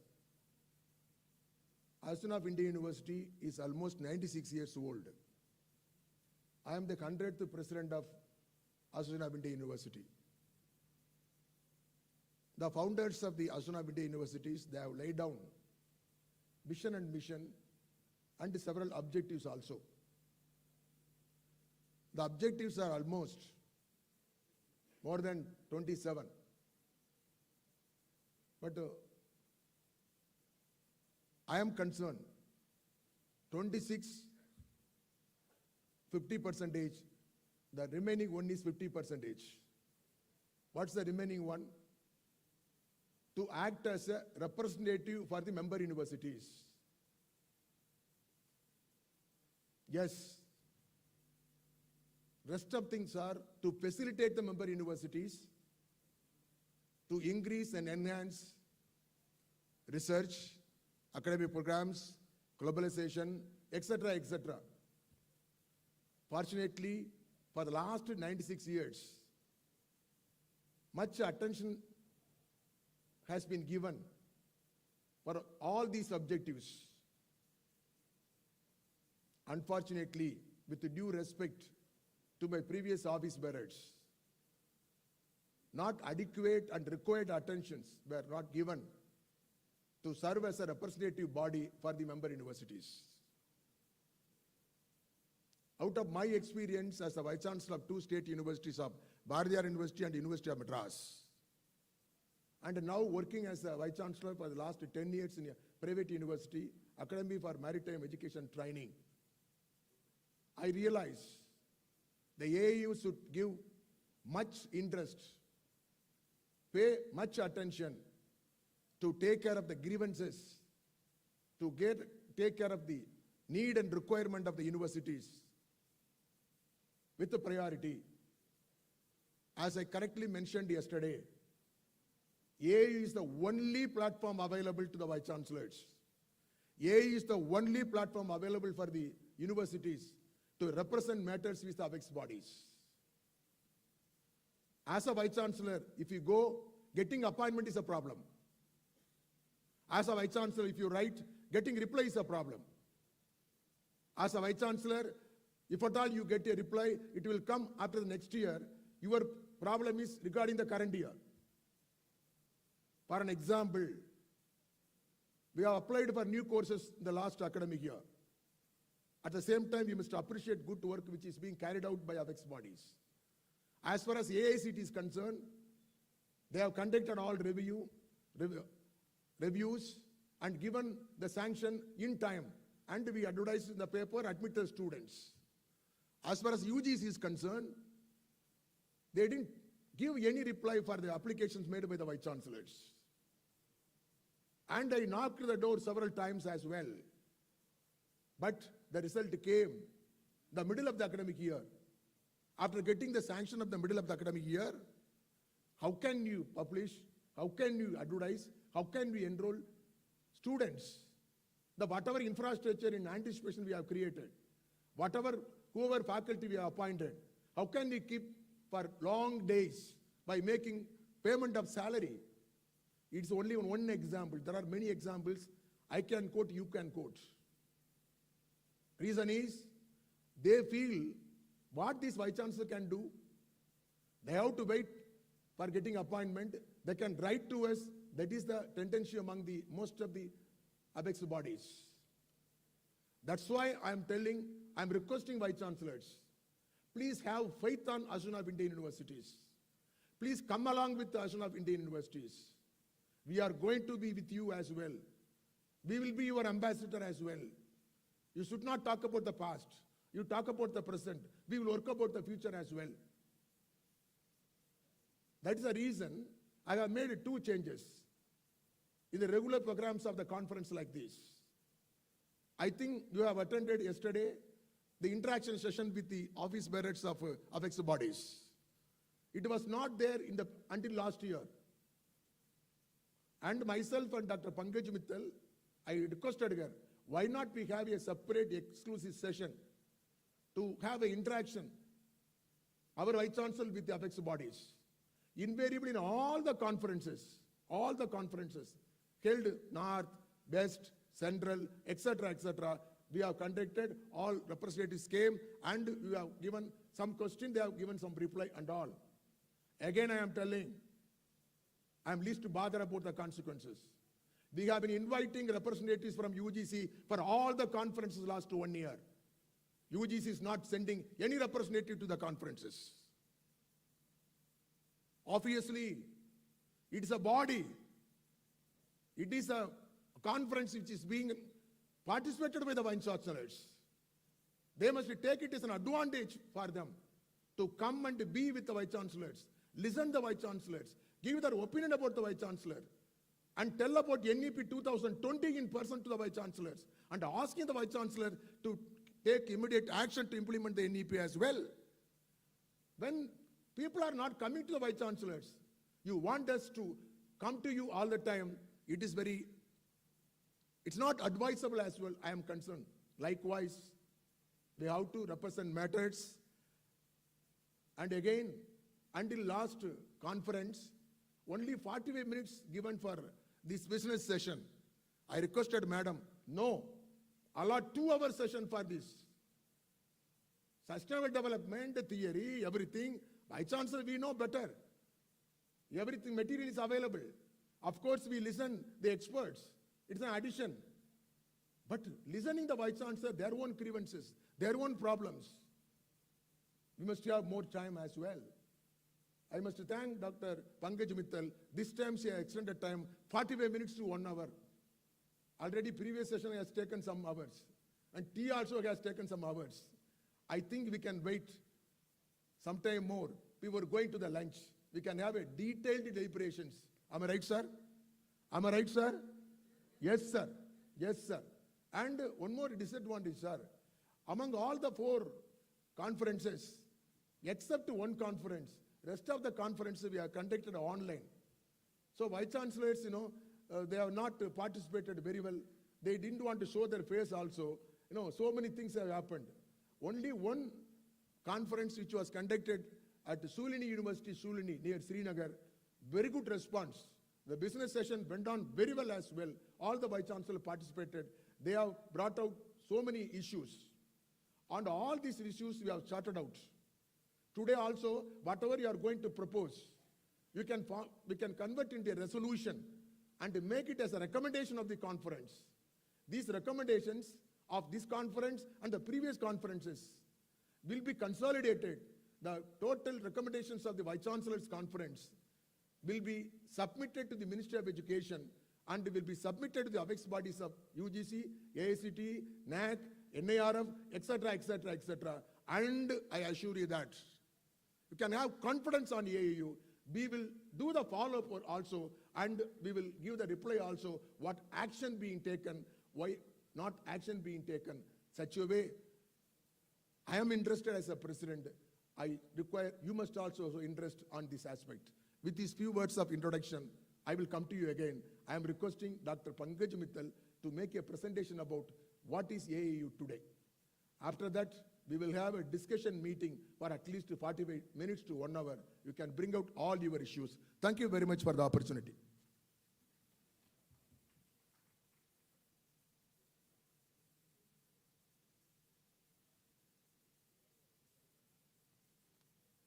Thanks to our honorable and dynamic 100th President of AIU. Very good afternoon to all the esteemed Vice Chancellors. I am going to give a presentation on what AIU, what it was meant for, what it has been doing. Especially in this session, we give the account of what has been done in the previous year and seek your suggestions on what else we can do to benefit the member universities. As I told in one of the sessions, that AIU is a friend of the universities. Therefore, whatever grievances you have, like the Honorable President said, we can take it up with the authorities. Or if you want us to hold anything for you, whether it is faculty development or for the students or for the academic leaders, whatever you want, you can give your request, and whatever is feasible, we will definitely do. So I will not take much time. I'll just quickly tell what is, because we want to have more time for the interaction. So I will quickly tell that what we have been doing so far. Start. So as you all know that AIU came into existence in 1925. So in 2025, so very shortly, within next 2-3 years, we'll be celebrating the centenary of AIU. So we are having very big plans for that how the centenary celebrations will be there. But 23rd March 1925, it came into existence. And that is why for last 2 years, we are celebrating the AIU Foundation Day by having a Foundation Day lecture by an eminent expert. And that is why we are clubbing the annual meet with this annual day, formation day of the AIU. So 23rd to 25th is the annual meet of the AIU at Mysore University, which will be the national seminar and the AIU meet. So I'll once again request all the Vice Chancellors to ensure their presence in Mysore from 23rd to 25th March. The AIU was registered as a society. I mean, earlier it was Inter-University Board, but then it was registered as a society by the name Association of Indian Universities on 29 September 1967. And stalwarts like Dr. Sarvapalli Radhakrishnan ji, Dr. Zakir Hussain, Dr. Mudalia, who was also the Education Minister, Dr. Shrimali, Dr. Shyama Prasad Mukherjee, they have been the presidents of AIU in the past. So you are seeing the rich legacy which is being carried forward to Dr. Thiru Vesagam sir. Next. This is the present membership of AIU. Right now we have 875 universities as the members. So out of around 1,000 or maybe 20 universities in the country right now, 875 are the members of AIU. So that tells that how much the AIU membership is sought after. Out of which 45 central universities, 361 state universities, 118 deemed universities, 282 private universities, and 52 institutions of national importance. We also have 17 associate members who are the international universities from, say, one is from UK, UAE, Malaysia, Mauritius, Nepal. So there are 17 international members. Next. So these are the major functions of AIU, like liaison and lobby. We liaison and lobby for the universities, for the higher education system. So we lobby with the government. Basically we are the mouthpiece of the universities for the government, and if the government wants to implement something, they tell us, and we help them in implementing many things, including the national education policy. We are a body which is involved in consultation and coordination. We do a lot of capacity building exercise, leadership development programs, for example. Recently we have collaborated with Microsoft, and we are doing a very good faculty development program, and around last program 5,000 faculty members had enrolled. So these type of programs we keep on doing. We do a lot of research, publications, and information dissemination. We do cultural activities and youth festival. You hold it at all levels like zonal, national, and international level. Sports, we do lot of events, something like 225 events in 65 sports we are holding, championships we are holding. And one major mandate which has been given to AIU by the government of India is equivalence of foreign degrees with the Indian degrees. So till now it was only the equivalence of foreign degrees, means post-schooling, post-secondary foreign degrees with the Indian degrees, but very recently, around 2 months back, we have also been given the mandate of equivalence of school boards within India. So now AIU will be the body which will be equating the school boards within India, whether it is CBSE, ICSE, UP, state boards. So all the school boards, AIU will be doing the equivalence. Next. AIU also works as a think tank on higher education. So we do many, many conferences. Of course, we work as a think tank based on the resource we have in our universities with the vice chancellors. We do work as a bridge between the government and the universities. We do a lot of consultation, coordination, licensing, capacity building, and also we provide library services to the universities. In the morning, Dr. Gurmeet Singh was saying, I was very happy that he was talking about the sharing of the library resources. So what I feel is that AIU can act as a central point for sharing those library resources. Even it can act as a central point for sharing of equipments, because we can be a storehouse of information that which equipment is lying in which university. And if that is available on the AIU website, rather we have a AIU portal where we are wanting all these informations to be filled in by you. So if that information is available, then suppose you need an NMR in your vicinity, then you just write NMR on the AIU portal and you will know that in your vicinity which all institutions have NMR. So we want to work like an information storehouse both for the equipments and the library. So whatever library resources are there, that can also be shared very easily, provided you have the information that which university has what. Then again, we said that we are a friend, philosopher, and guide to the universities as well as to the government. Next. So I'll come to the new initiatives, that what new initiatives we are doing. First of all, we thought that, like the president was also saying, that the visibility of AIU was not that much. The first thing we did was to improve the visibility of AIU. AIU website, which was a very dull website, that was redone. Now it is very vibrant, updated almost every day. So for example, this conference is happening. It is being streamed live on the AIU Twitter handle and AIU YouTube channel. This conference photographs, all the presentations, all the press clippings, they will be on the website within next 2 days. So it is regularly updated. We have media presence of AIU on Twitter. On Twitter, we have our followers are increasing like anything, and all the information about whatever is happening in the AIU, we do share it with our members on the AIU Twitter handle. So if any of your universities, if you are not following AIU, please follow AIU Twitter handle, which is AIU India. AIU flag has been redesigned. It is, if you have seen many of our conferences, the president is using it, I am using it.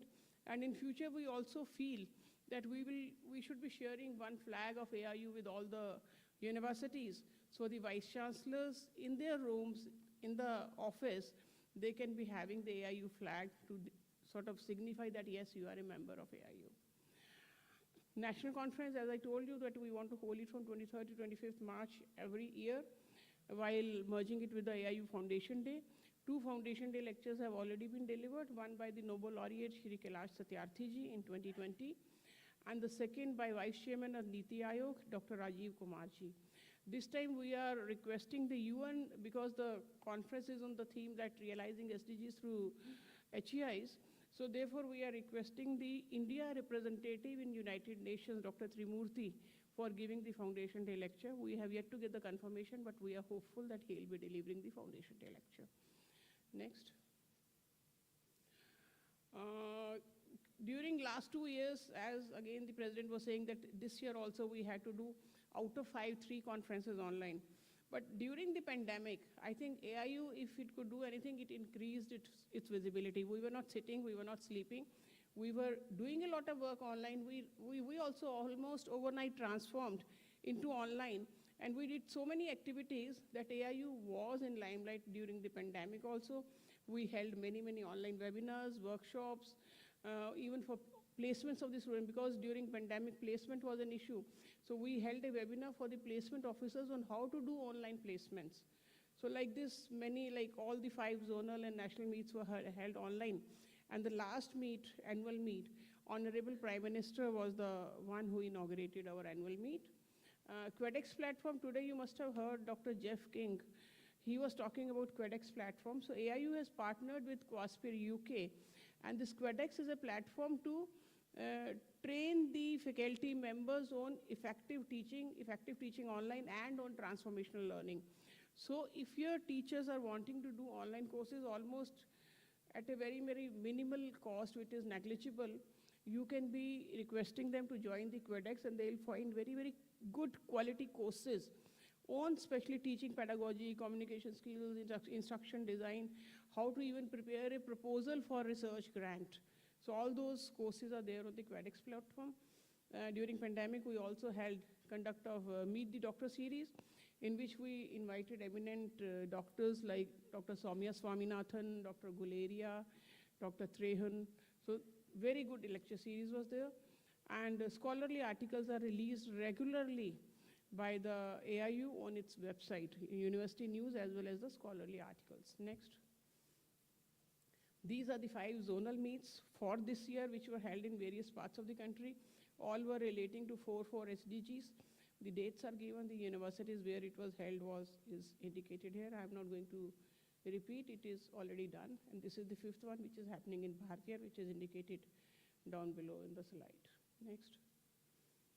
Next conference, again, my request with folded hands to all of you, please do attend the national conference at Mysore. It will be a very good conference in which all the 17 SDGs will be taken together. We are requesting the Vice President of India to come as the chief guest.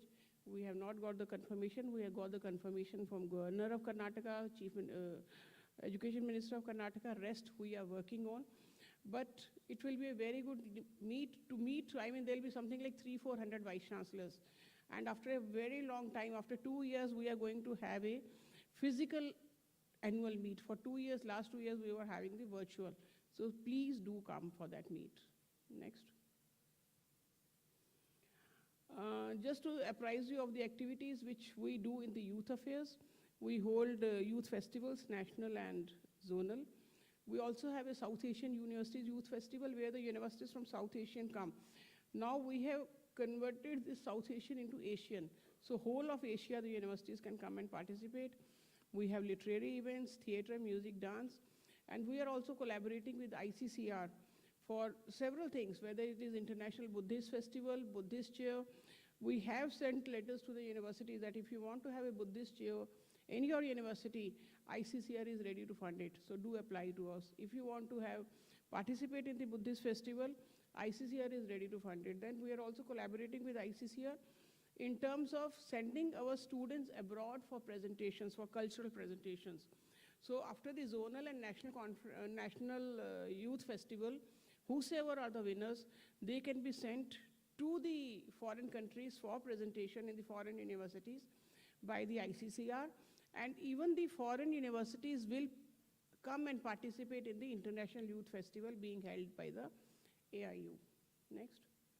Sports, we did many things. For the first time, Khelo India University Games were held in 2020. Last year, we could not hold because of COVID. So 2020 games were held in KIIT University, Bhubaneswar. And next games will be, this was inaugurated by PM, and the next will be held from 24th of April. That is in Jain University, Bangalore. And that also will be inaugurated by the Honorable Prime Minister of India. And I will request all the Vice Chancellors, just come and see the level of the games which are happening. I'm sure many of your students would be participating in those Khelo India University Games. It looks as if you are in some Olympic stadium or something like that. So a very good feeling is there. Do come, do let us know if you are wanting to come. We will arrange everything for you. But do come for the Khelo India University Games, which is a 10-day long event starting from 24th April to 3rd of May. And in these 10 days, there will be many competitions, and in the end, there will be a final championship that will be given to one or two or three universities. So we do hold 128 events, and around 100 zonal tournaments are held. And we have, for the first time again, World University Games, our students were participating. But for the first time, one of the events of the World University Games will be held in India, that is volleyball in Keet University. So that is again something to be proud of, that for the first time World University Games. So people from all over the world will come to India to participate in the World University Games in volleyball, which will be held in Keet University. Similarly, Asian University Games, again for the first time we'll be holding in India one of the events, that is shooting, which will be held in Manav Rachna University. So again for the first time, and people from all over the Asia will be coming to Manav Rachna University to participate in the shooting. Next. Equivalence of degrees, I told you that we do equate foreign degrees with the Indian degrees. Within India, we do equate the PG diploma in management with the MBA program. So if the non-university institution is running a PG diploma in management, we do equate it with the MBA. And again, I told you that we have been mandated to do equivalence of school boards by Ministry of Education. But the most important thing is that earlier equivalence of degrees used to take, say, months together, sometimes paper were lost, but now we have made it completely online. So no student has to visit the AIU. The students apply online, make the payment online, and the certificate is downloadable form online. They can download the certificate. Next. So this is the AIU portal I was talking about. So AIU computerization is being done by InflipNet. Now we are trying to have a paperless office in AIU. So most of the things are already computerized. For example, equivalence, I was telling you. AIU seniority list, you must have filled in your seniority. So AIU seniority list is computerized. Every university has been given login ID and password. But then 674 universities have registered, 200 are still left.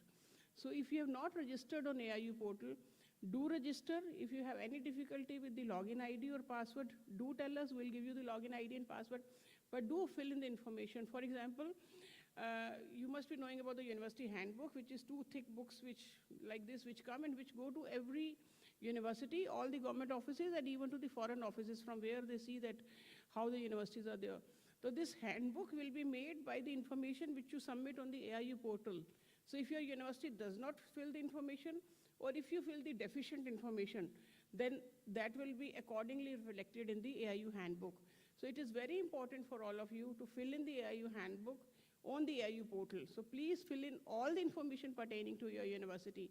So AIU admission portal is there, which tells that what all programs your university has. So how it helps you is that if somebody wants to see like who is running MA English, so when they write MA English on the AIU portal, down comes a list of the universities where MA English is run, and then the student can easily employ. So this is sort of a free advertisement for your programs. So if you want to advertise your programs through AIU portal, please do come to us, fill in your information at AIU admission portal, fill in your information about VC seniority, you're already filling.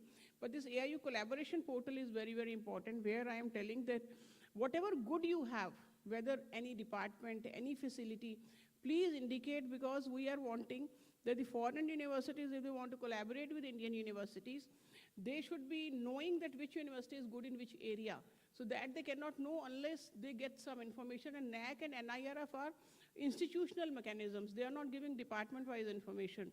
In AIU collaboration portal, we are giving department-wise information, and we are leaving it to you. We are not judging it also.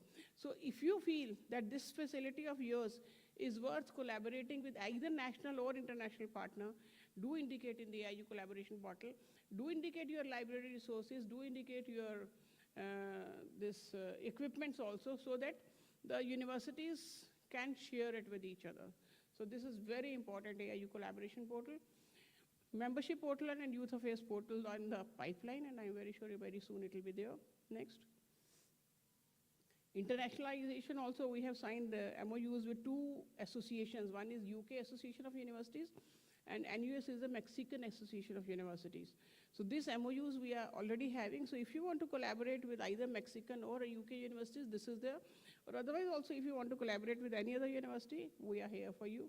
And we did many workshops in collaboration with World Bank, UNESCO. And yes, this is very important that we are now going to establish an Indian network for internationalization of higher education. Now every country has a network for international higher education, but India was the only country which was not having any such network. So what happens is that in India, you know, that something like 10 lakh students are going every year outside India for studying in foreign universities, but only around 45,000 to 50,000 are coming to India. Why? Because we are not good in internationalization, and very few universities, not more than 10, 20 universities, are such that who are inviting international students. So what we are going to do is that we are going to have an Indian network of international higher educators. So in that network, it will be a network in which there will be a lot of resource sharing. For example, there are some universities who want to do internationalization, but they don't know whom to approach, how to collaborate, how to do it. So to help those universities, we are forming this network so that every university can be good in internationalization by way of information sharing, resource sharing, experience sharing, hand-holding. So do become a member of this Indian network of international higher education, which will be very important for your university if you want to go into internationalization of higher education. And if you want to have foreign students on your campus, if you want to have foreign teachers on your campus, and if you want to enter into, say, research collaborations or teaching collaborations or semester exchange. Next. So these are the research publications which we published during the last year. I'm sure you must have received a copy of all of these. The soft copy of all these publications is on the AIU website. So there was a book on reimagining Indian universities, very good articles were there.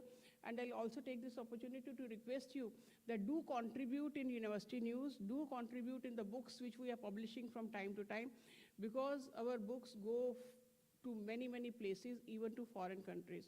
So please do publish. And then we did a COVID-19 response toolkit, which says step-by-step process of how to reopen the institutions after COVID, survey report on how the Indian institutions are prepared for online education. A very novel concept, this is not the time to indicate, but then a very novel concept of eligible enrollment ratio, vis-a-vis gross enrollment ratio. That paper was brought out. We also brought out, again, a book or report which says proposals and suggestions for implementation of NEP, how to implement NEP. And then best practices on how the universities coped up with the COVID pandemic. Next.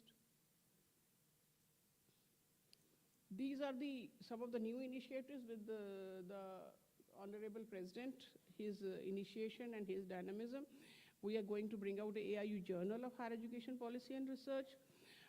We are taking up the issues of member universities with apex body like UGC, NBA, AICT, and NAC. We are also doing AIU renovation. So when we do an AIU renovation, you will have excellent conference facilities, excellent stay facilities in AIU. So if you want to have any meeting in Delhi, do choose AIU for holding that meeting. You will get very good, almost like 5-star facilities to hold those meetings, and we'll be having, everything at one place, whether it is stay, meeting, food, everything at one place you will get. AIU subscription collection drive, then again, here the issue is that we are doing too many things, but the subscription is not coming from the member universities in time. So again, my request to all the member universities, please deposit your subscription money in time, because we are working based on that subscription money also. We all get our salaries out of that. Whatever initiatives we are doing, it takes money. So we are taking up all those initiatives through that subscription money. So please pay your subscription money in time. AIU Awards, a new scheme has been launched by the Honorable President. Next slide is on AIU Awards. There I will be telling you. We have also launched the AIU CII 100 project, in which 100 universities will be having a collaboration with 100 industries. So we'll be doing the matchmaking. National conference and international conferences can be held by universities, and the AIU will be collaborating with that with little financial help also. Dandi March, again, I hope the President will be explaining in detail the Dandi March, which we are going to have next month from Tiruchirappalli to Vedaranyam. A distance of 160 kilometers will be there. And we are thinking of integrating autonomous colleges with the AIU so that they can also become a member of AIU and they can have the benefit of the schemes and initiatives of AIU. Next. These are the 5 awards which have been instituted by AIU. AIU Awards and Citation to the Best All-Rounder University Student. Then Dr. Radhakrishnan Award to the Best Teacher and Researcher. One is AIU Award for the teacher who has published an article with highest impact factor. AIU Best PhD Thesis Award, and AIU Best Sportspersons Award. So all these awards will be given not one for the whole country, but for every university one award is there. So every university will be having an award to the best student of their university. Next. So these are some of the newly constituted committees. Reports of some of the committees have come. Some are in the pipeline, like NEP is in the pipeline. Ranking rate is in the printing. Consultancy committee, again, that will be of interest to you. We are starting a AIU consultancy service because many of the universities have a problem in, say, how to prepare the SSR for NAC, or how to go in for internationalization, or how to implement NEP, how to prepare for NIRF, or even anything. So wherever you find difficulty and you look for consultants and experts, so we are making a AIU panel of consultants. So they will provide you consultancy on whatever field you require. And we are right now trying to empanel the consultants. We are writing a letter. We have already written a letter to all the universities about this scheme. And we are trying to empanel the consultants. So if some of your experts are there who want to be empaneled as consultants, do apply to us for empanelment as consultants. And then do write to us if you require any of the consultancy services. So we will be allotting one consultant with you who will be taking care of all your requirements. So this is the AIU consultancy. The report has already come. Student welfare and disability welfare. Both the reports are already printed and they were in your bags. I hope you have received them. AIU bylaws revision committee is working. Very soon it will be finished. And consultation for giving associate, this we are doing. Like, what do you feel? I mean, from you, we want to know, what do you feel about this idea of giving membership to the autonomous colleges? So if you feel it is good, we'll take it up in the annual conference and then be with it. If you feel it should not be given, then we will restrain ourselves. Next. Thank you. So thanks for patient hearing. So these are our Twitter handles and emails. So please do follow AIU Twitter handle. Thank you very much. Thank you.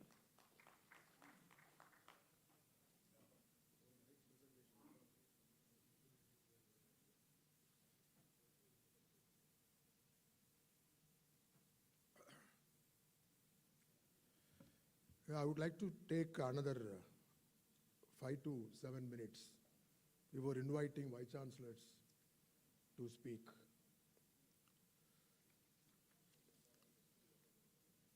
Friends, the universities are under compulsion to get grading from NAC or from NIRF and from other statutory bodies. AU strongly believes that a quality education should be ensured in all the campuses of higher education institutions. There is no second thought. When we are going to be evaluated, we must be given guidelines without any ambiguity.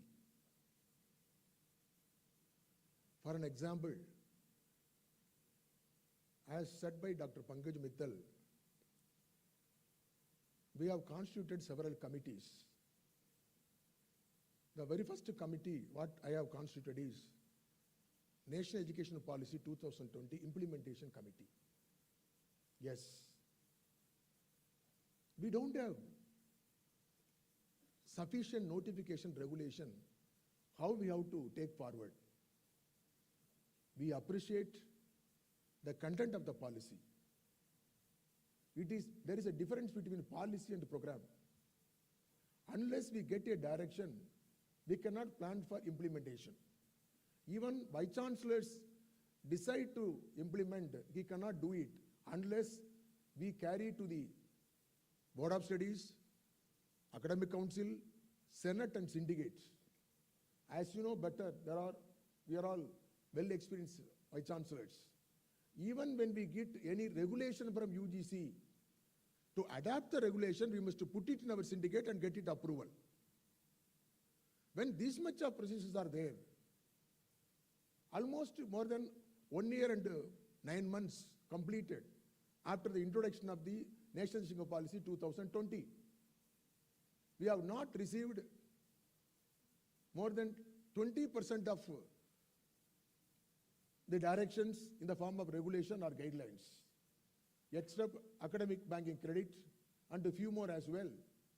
This is one aspect. Another aspect, without giving the details, as I told yesterday, with the advisor of NAC, Dr. Punmudi Raj, there was a conference conducted by NAC in which we were told that there are going to be 40 questions, the pro forma of NAC, related with implementation of NEP 2020.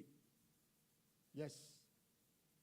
40, you multiply it with the 10 marks, it will go 400, or if you go to weighted average, it will consume lot of marks. So two categories of people find it very difficult. One category of people who are accepting national education policy, even after accepting, they don't know how they have to proceed further. That's a problem. And another category of Vice Chancellor universities, they totally oppose national education policy, how they are going to deal with this matter. They will be losing every marks, total marks, eligibility marks. To overcome all these things only, the AAU constituted a committee under the headship of Dr. S.P. Thagarajan. Right now he is available in front of us, who has prepared almost more than 70% of the document of UGC, NAC, etc., etc. Out of his experience only, we have chosen him. Under him, we have nominated almost 9 members. The Vice Chancellor of Bharathiya University, Dr. P. Kalraj, is a member secretary of the committee as well. The committee met almost 4 or 5 times. Committee sent the questionnaires to all the Vice Chancellors of the university. Again, I'm sorry, Vice Chancellor, sir. Most of our Vice Chancellors not responded for the questionnaire. One way we want many informations, one way we want some guidelines, another way we don't want to be part of this venture. We have the response really very poor. The percentage of response not more than even 30% on the higher side. Of course, we have consolidated it. And we invited government representatives also. Most of the vice chairmen of the Higher Education Council, they have attended. And some of them they have given critical opinion. Anyway, the report is going to be submitted in the ensuing National Conference of the AAU at Mysore University, Mysore on 23rd March. After getting remarks, final comments, it will be submitted to the Minister of Education, Chairman of UGC, Chairman of AICTE, and other bodies as well. So this is the work done by our AAU. So by first resolution, what I am requesting today in the Business Council, to the Minister of Education, to the UGC, give guidelines, notification as early as possible. Until then, don't include any such questions in our ranking pro forma. That's most important. That is most important. When you put questions, not direction, we don't know about the details, how can we claim for our marks? Who will be losing? The younger generation will be losing. The universities will be losing. Because the question of not survival, it's a question of, not sustainable, it's a question of survival for the universities as well. That is number one. Likewise, the first committee. Second committee we have constituted because lot of remarks or comments about ranking, rating and accreditation by all the bodies, not only NAC, but also by NIRF as well. They have divided the university in different categories, but not in a required level of categories. Yes, University of Madras is 168 years old university. There is one university in Coimbatore or Chennai, it's only 27 years old university. You are ranking the university when variables are different. Why not you think about the universities of 25 years of existence, one ranking? The university, morning, Dr. Morning, the Vice Chancellor of Ramachandra University told very specifically, most of the times apex bodies neglect the medical education as well. Why do you want to mingle with other universities? Medical universities, separate rankings should be given. Private universities, rankings should be separately given. Private universities are not getting even a single paisa of grant. They use their own money. Even for allotting the funding of DST and all, if at all anything left out, after first priority central university, second priority state university, if at all anything, it will come to the private university as well. But as far as contribution in the area of research and others are concerned, the private universities are equally contributing when you go through the statistics as well. So keeping everything, comments are there. Even NAC also comments are there. To overcome that only, we have constituted a committee under the headship of Dr. P.P. Sharma, our former president of the AAU as well. They have already submitted the report. This report is going to be given to the concerned ministry, concerned officials. These are all the works we have undertaken. And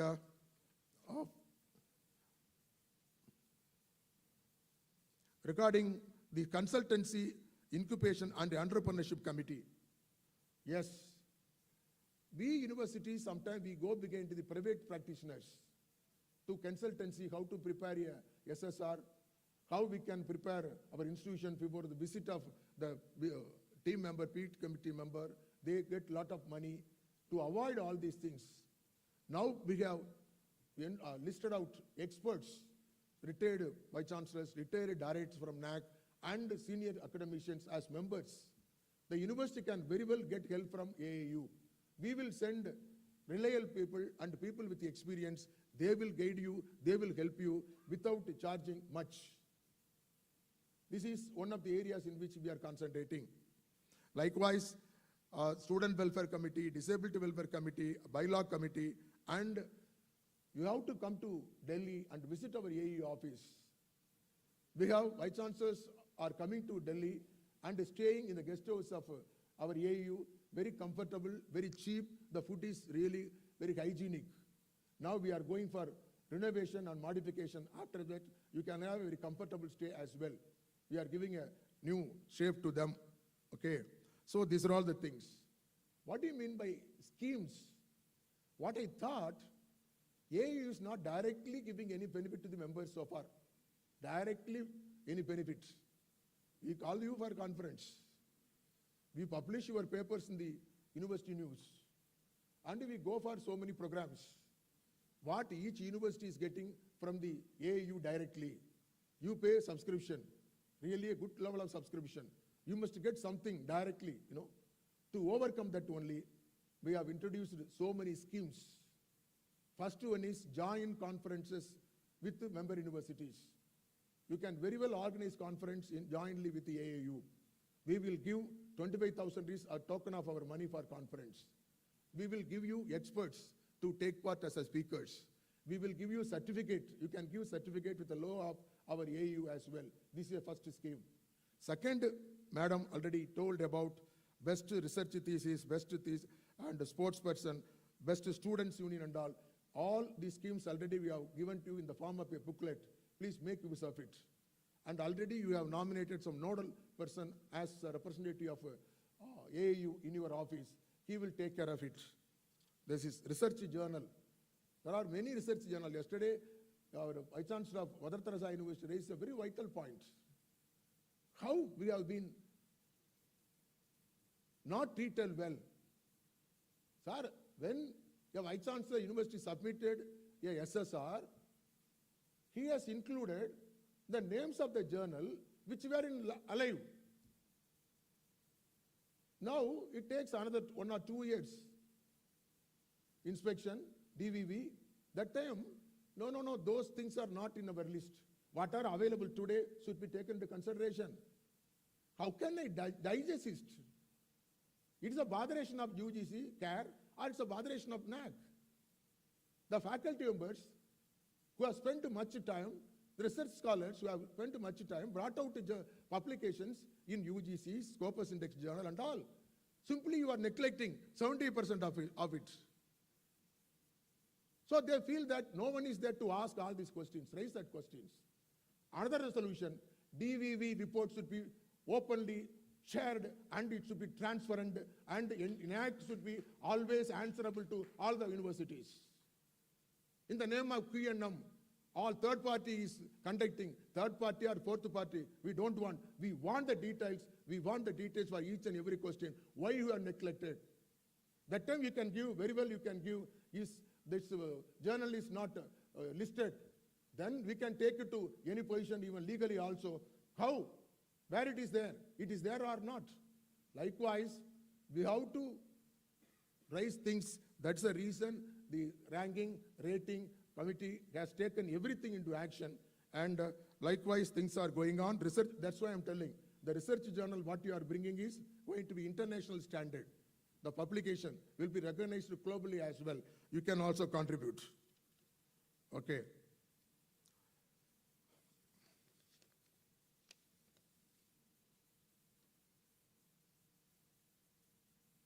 Yeah.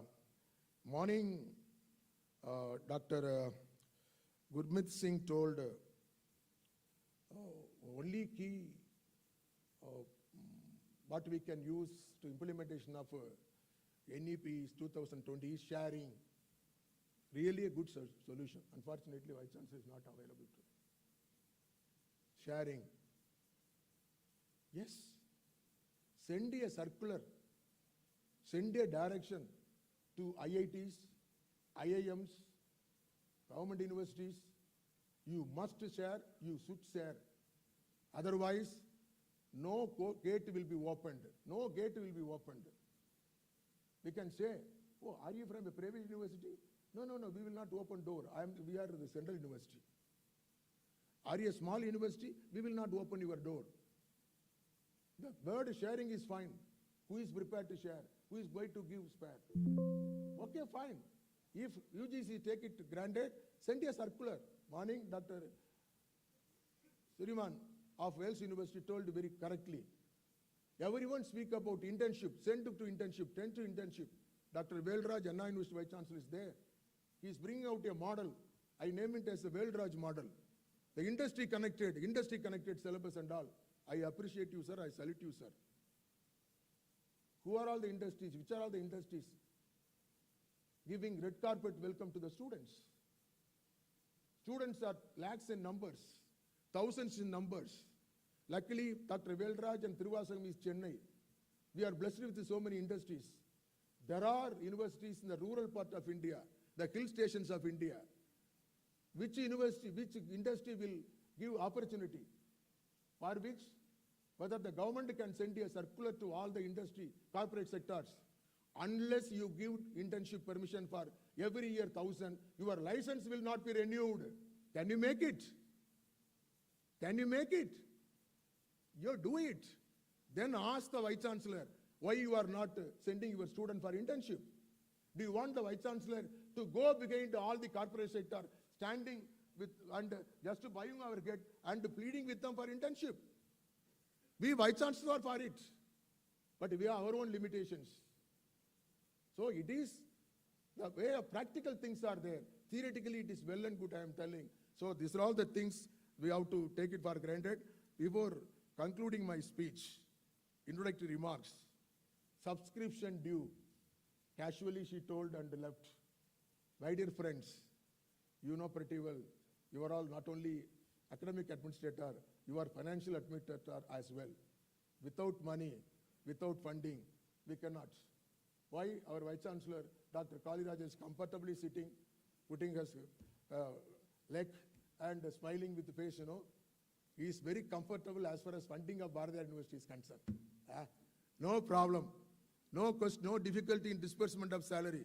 He disperses on 30th of every month. And he gives pension benefit, and pensioners also, Dr. Bhupati is right now available to show as evident witnesses as well. My dear friends, there are universities, they find it difficult. Likewise, your AU also suffering due to non-availability of sufficient finance. We believe depends upon the subscription what you are giving every year. Can you believe right now the outstanding subscription alone comes about 7.5 crores. 7.5 crores. There are universities, they have not remitted even for last 7 years. Hello. There are universities, how can we run the program? How can we go for conference? How can we conduct sports equipment? How can we publish papers? How can we meet out day-to-day expenditure? That is a problem. Idea, Chancellors, please see that you check with your office whether your subscription has been paid in time. If not, please do it. That is going to be the tonic and vitamin for as far as AU is concerned, sir. With these words of my remarks, I invite Vice Chancellors, one by one, please speak to the point. We'll take note of it. And when we come to a conclusion, we'll take it as a resolution and make it as a recommendation to the concerned parties. Thank you very much indeed.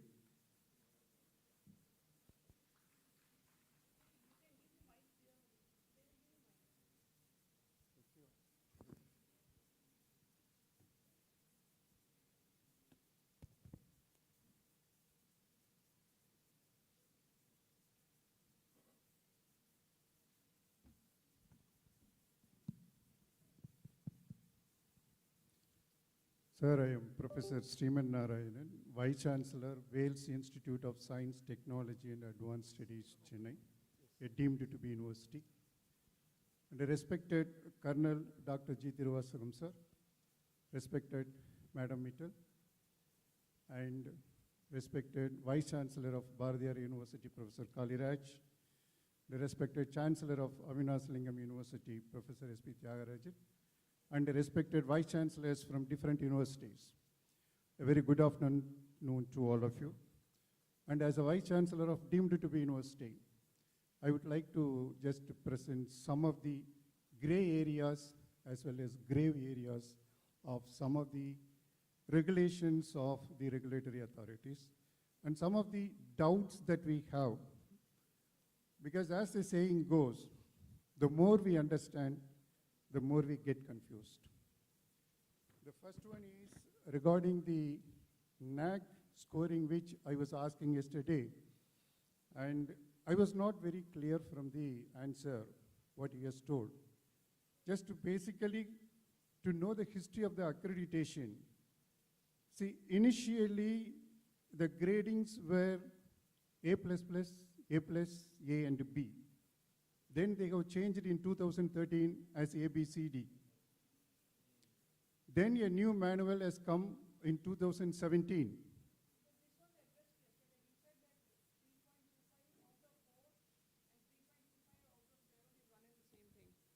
So if it is 3.25, you will get all the benefits, even if it is 3.25 out of 7, because you were saying that the grades are 7 means levels are there.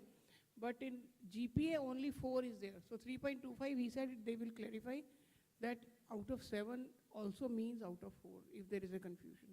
Yeah, This okay, is taken care of. You can come to the next point. No, ma'am, just 1 minute.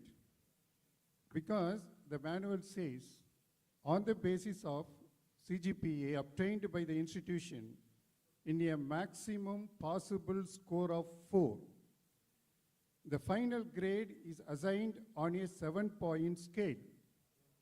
The 7-point scale refers to the 7-letter grades aligned to the 7 specific score range. So this has been implemented from 2017. So I can quote some of the NAC certificates of different institutions like JNU in 2017. It has got A++ grade in the 7-point scale. And Thapar Institute of Engineering Technology and University with a A+ grade in 7-point scale, that is in March 2019. And Tilak Maharashtra Vidyapeeth with B grade in November 2018 on a 7-point scale. And now, even our president's university, you have got a score of A in the 4-point scale. Because there are 2 types of certificates are available from the NAC after 2017. For some universities, they mention it as a 7-point scale, and some universities, they mention it as a 4-point scale. And as per the AICT regulation, as well as by the UGC regulation for conducting the ODL program, they say that you should have got 3.01 and above in a 4-point scale. So when we have submitted our certificate, which was in 7-point scale, they refused to give the permission. So my request is, kindly you impress upon the NAC that there are 2 types of certificates are available and let them make it as only 1 certificate, whatever it is. whether it is a 7-point scale or the 4-point scale. And my second point is, because I am talking about the deemed to be universities, there is something known as offline campuses. And there is no definite explanation for the off-campuses. Sorry, it is not offline, off-campuses. So many of the universities, they have off-campuses. And the exact description, what we should do in the off-campus, whether we can run the same programs as we are running in the main campus in the off-campus, or the programs that are to be run in the off-campus should be different from the main campus. So there is no explicit, clear-cut definition for the off-campus. And one more thing, suppose if your NAC grade is from 3.01 to 3.24, you are not eligible to start an off-campus. But if you have a bigger campus, you can start any program in your campus. The very idea of going to an off-campus is that we do not have sufficient space in the main campus, so we go for an off-campus. And we start a program which is not run in the main campus. So therefore, either the off-campus should be defined in a separate way, or for such request where we want to start a new program which is not run in the main campus, they can call it as a satellite campus, and it can be anywhere near the main campus. Or you give some option, it can be in the nearby district or within 100 kilometers, a satellite campus where we can run another program, and that program is not run in the main campus. And my third point is, there are categorization of universities as, so this is my last point. Categorization of universities as category 1 and category 2. So to categorize this, you have 3 points. The first one is the NIRF scoring, and the second one is the NAC scoring, and the third one is accredited by any empaneled agency of UGC. So that is the third classification. And I am not sure whether UGC has such agency to visit the campus to bring them under either category 1 or 2. So now instead of that, my request is, we can make a request to the UGC. Suppose the university is granted 12B status, because that status is given by the UGC committee. So that can be considered for categorizing them in category 2. Or if 50% or more than 50% of their programs are accredited by NBA, then that can be considered, because that is an empaneled agency. Because the third point is not clearly defined by UGC. So these are my requests, and I appreciate if suitable action is taken, because I can understand from what Colonel Tiruvasam sir has said that we will take care of the Vice Chancellors and the universities, and I hope we will do some positive action in this, all the 3 matters, sir. Thank you very much. Okay, fine. We shall listen other Vice Chancellors as well. Very good afternoon. Finally, we can come to a conclusion. How can we go for a resolution? Yes, sir. Very good afternoon to one and all present here. I am Santosh Kumar, the Vice Chancellor of Dr. Ambedkar Law University, the State University. I want to bring one important matter. With much difficulty, our beloved President has got 15 more minutes after a big fight with our Secretary General, Madam Pangat Vijay, for this business hour, no doubt at all. But out of this 1 hour, the President and Secretary has taken more than 30 minutes. We all know that this particular session is the heart of these regional conferences. So our dynamic President has given a very good option for giving a chance to all the Vice Chancellors to air their problems with regard to running of universities. Accordingly, I am standing in front of you, nearly 45 minutes are over, but I will get definitely 5 minutes, not more than that. I should, because all are waiting for me. Number 1, there are 3 persons must definitely be appreciated. One is our dynamic President, Dr. Tyagarajan, and our Secretary General Madam Pankaj Mittal, and the host Vice Chancellor Dr. Kali Raj for conducting this program in an extraordinary fine way. We are all have enjoyed, not only through getting good information, but also getting good food and hospitality also, all these 2 days, that point of view. Sir, our problems are concerned. You all may be knowing that how the universities are running its day-to-day activities. You are all sitting in Delhi and you are all keeping contact with us. But day-to-day activities in which we are facing a lot of problems. In which way, if you see that, that depends. You all may be, let me recollect only one in a slight mode because I don't want to enter into a controversy. Yesterday, our Honorable Chancellor has opened the session and talked so many things. But today, newspaper wherein how it was depicted, you may be knowing that in a different way it has been. They are correlating with the government and all. But the same Professor, please put your question. See, Please. so we cannot air it. The reasoning, why I am telling is, this business session shall be done only one-to-one with the representative of AU and the Vice Chancellor alone. Not even a single person should be allowed in this session because they cannot openly talk. Whoever may be, they are all our good friends only, no doubt. But except Vice Chancellor and the office bearers of AU, this business session wherein no other person shall be. Let it be a closed door discussion. Then only we can openly discuss. Number one. Number two is, there is a problem always that the tenure of a Vice Chancellor, actually speaking, we are getting only 3 years. As far as I am concerned, I have the previous experience of running the institutions by acting as a Director of Legal Studies for the period of 7 years. So I don't bother about the tenure of 3 years here. See, only 3 years are being given to the Vice Chancellor.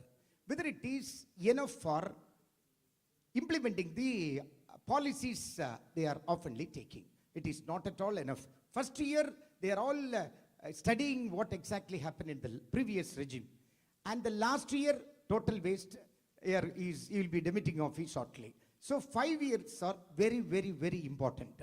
So some universities were in 5 years, some university 4 years, some university 3 years. In Tamil Nadu, we are having only 3 years. It has to be enhanced to 5 years by all means, for which Association of Indian Universities should take the matter to the top level, and an order in this regard should be given to all the state governments. Then only a uniform pattern will be there, for which this Association of Indian Universities should definitely succeed. And another, after having discussion with others, the pay mentioned for the Vice Chancellor, it is 2.1, you may be knowing that, but ordinary associate professor are drawing more than 2.4 nowadays. Professors are getting more than, but it's a consolidated pay of Vice Chancellor, it is only 2.1.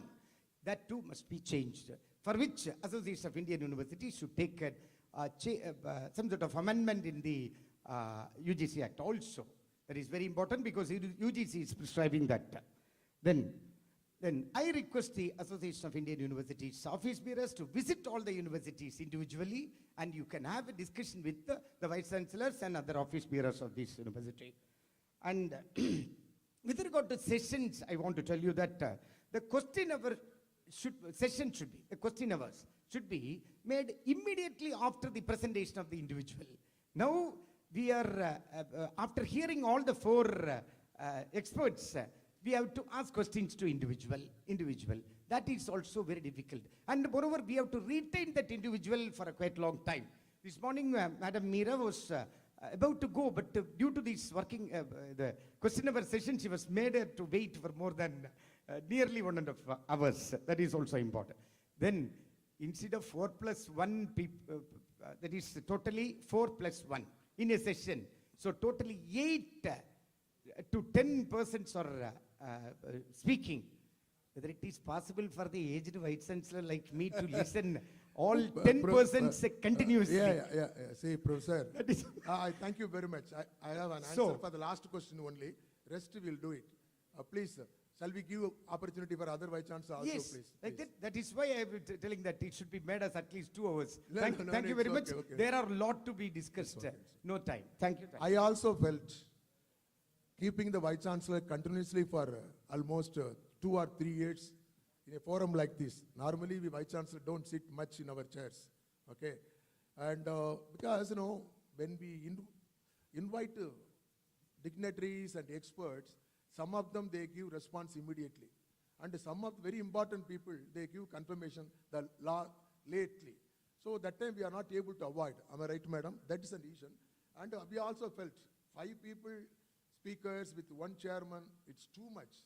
At the most, 1 chairman, 2 plus 3 speakers, and it's chance for us to put questions also.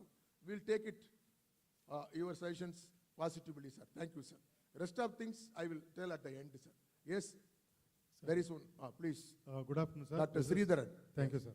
This is Dr. Sridhar, Vice Chancellor of Hindustan Institute of Technology and Science, deemed to be University, Chennai. I have a few points. Directly, I'll be just going for it. I asked this question in one of the sessions regarding unified data capturing to be done by the institute, the authorities. Basically, we are submitting data up to multiple agencies, including NAC, NIRF, NB, and so on. So the unified portal, if it comes, and if everything is taken from there, I think our job will be much simplified. This is my first request. I think we can make a request to the government to please augment this so that all the unified data should be given only once, like AISHE, and if it's taken, it's good, sir. Second point actually is regarding the e-journals are becoming very expensive, and I have seen one experiment done by BTU in Karnataka. They took nearly about 200 institutions together, and they took common licenses from the e-journal agencies. And all the affiliated colleges were given access to it. Because not all the colleges will be using the complete resource all the time, this was very helpful, and the colleges were getting at nearly about 1/10 of the total cost of the total journals. And nearly about 10,000 to 20,000 journals were given. Maybe AU can become one center, and please share it with other institutions is my suggestion. And next one is regarding AICTE, because we are deemed university, we come under AICTE. And many of the private universities, if they want, they can go to AICTE. But there is also a problem in it. The problem is when I upload NIRF data, and I need to actually give the actual input in terms of AICTE approved input. Whereas the private universities can vary that, telling that it is the board of management input. Now what happens in a few cases where the courses are not running properly, see for example mechanical engineering, all of a sudden admission may be only 30%. In such cases, though previous history is good, this year it is going to be showing 30% only, so I'm going to lose the ranking at least by 200 or 300 down just because of this number. If you can actually request AICTE after the admission is over and we are permitted to surrender the seats in the account, I think that will be good. Next year again we can apply. And lastly, I'm just looking for one more with all the appreciations to EIU. I was actually looking for some statistics on education whenever I need to prepare for some of the conferences and all that regarding how many PhDs are registered, how many PhD passed out, UG-PG ratio, gender ratio, and domicile spread, etc., and all that. And I need to search many of the statutory body websites, but not clearly recorded. And because AIU is doing a very good job, especially the news compendium and all those NIP thing which you brought out, my request to you, sir, please make some portal for it so that we can access it directly. This is from me. Thank you very much, sir, for this opportunity. Yes, sir. That's why I'm standing in front of you. Yeah, on behalf of every one of us here, I'm Jamuna, Tirupati University. It's not Tirupati University, sir. It is Sri Padmavati Mahila Viswavidyalayam, Women's University. I'm representing State University of Andhra Pradesh. See, I mean, first of all, as I said, on behalf of every one of us here, we thank you immensely for making us part of this deliberations. As someone said, always we are used to sit on the other side, not on this side. So sitting on this side, continuously listening, it is a pleasurable experience. Thank you so much. And I don't have any issues, but only to highlight what is in my, brain for many days as Vice Chancellor. Yes, first thing is, the calibration of quality is very much needed for university. We don't deny on that. But the thing is, my question, because we are planning to go for, many universities in the Andhra Pradesh, we are going for NAC. They made it as mandatory, the higher education of Andhra Pradesh. Every university should go in for,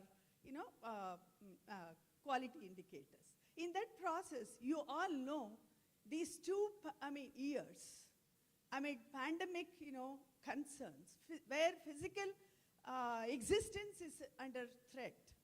So you can imagine the research output, you can imagine the other except certain activities, we were not in a position to submit, to get the funding from the agents. How can we, promote research? So how are you going to, defend that particular point?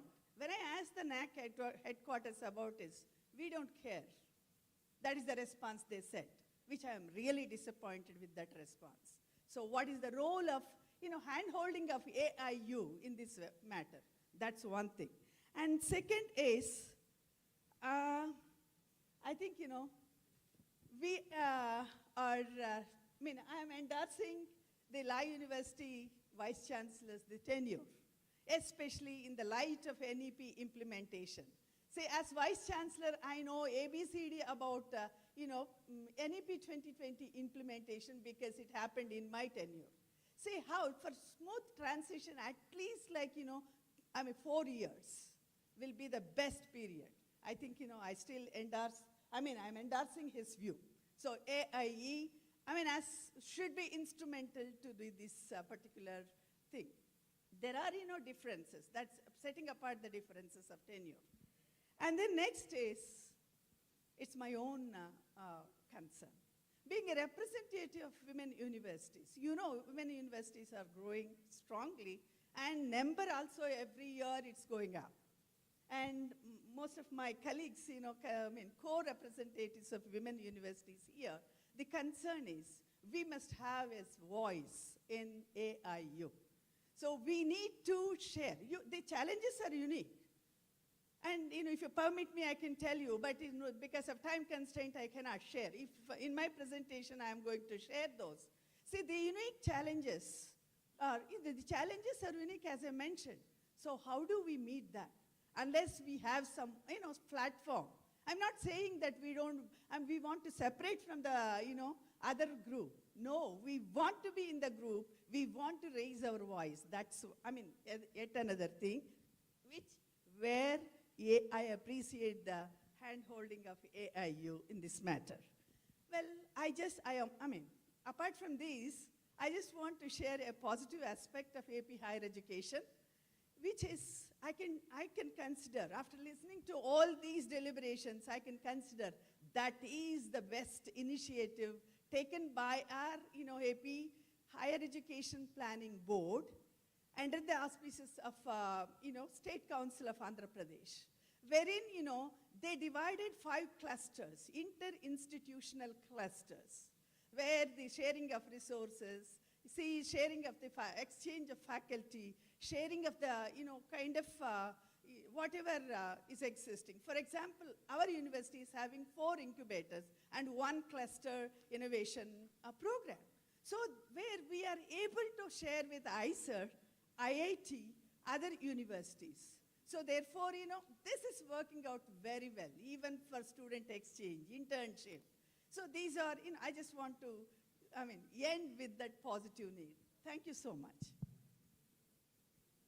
Sir, may I raise a point?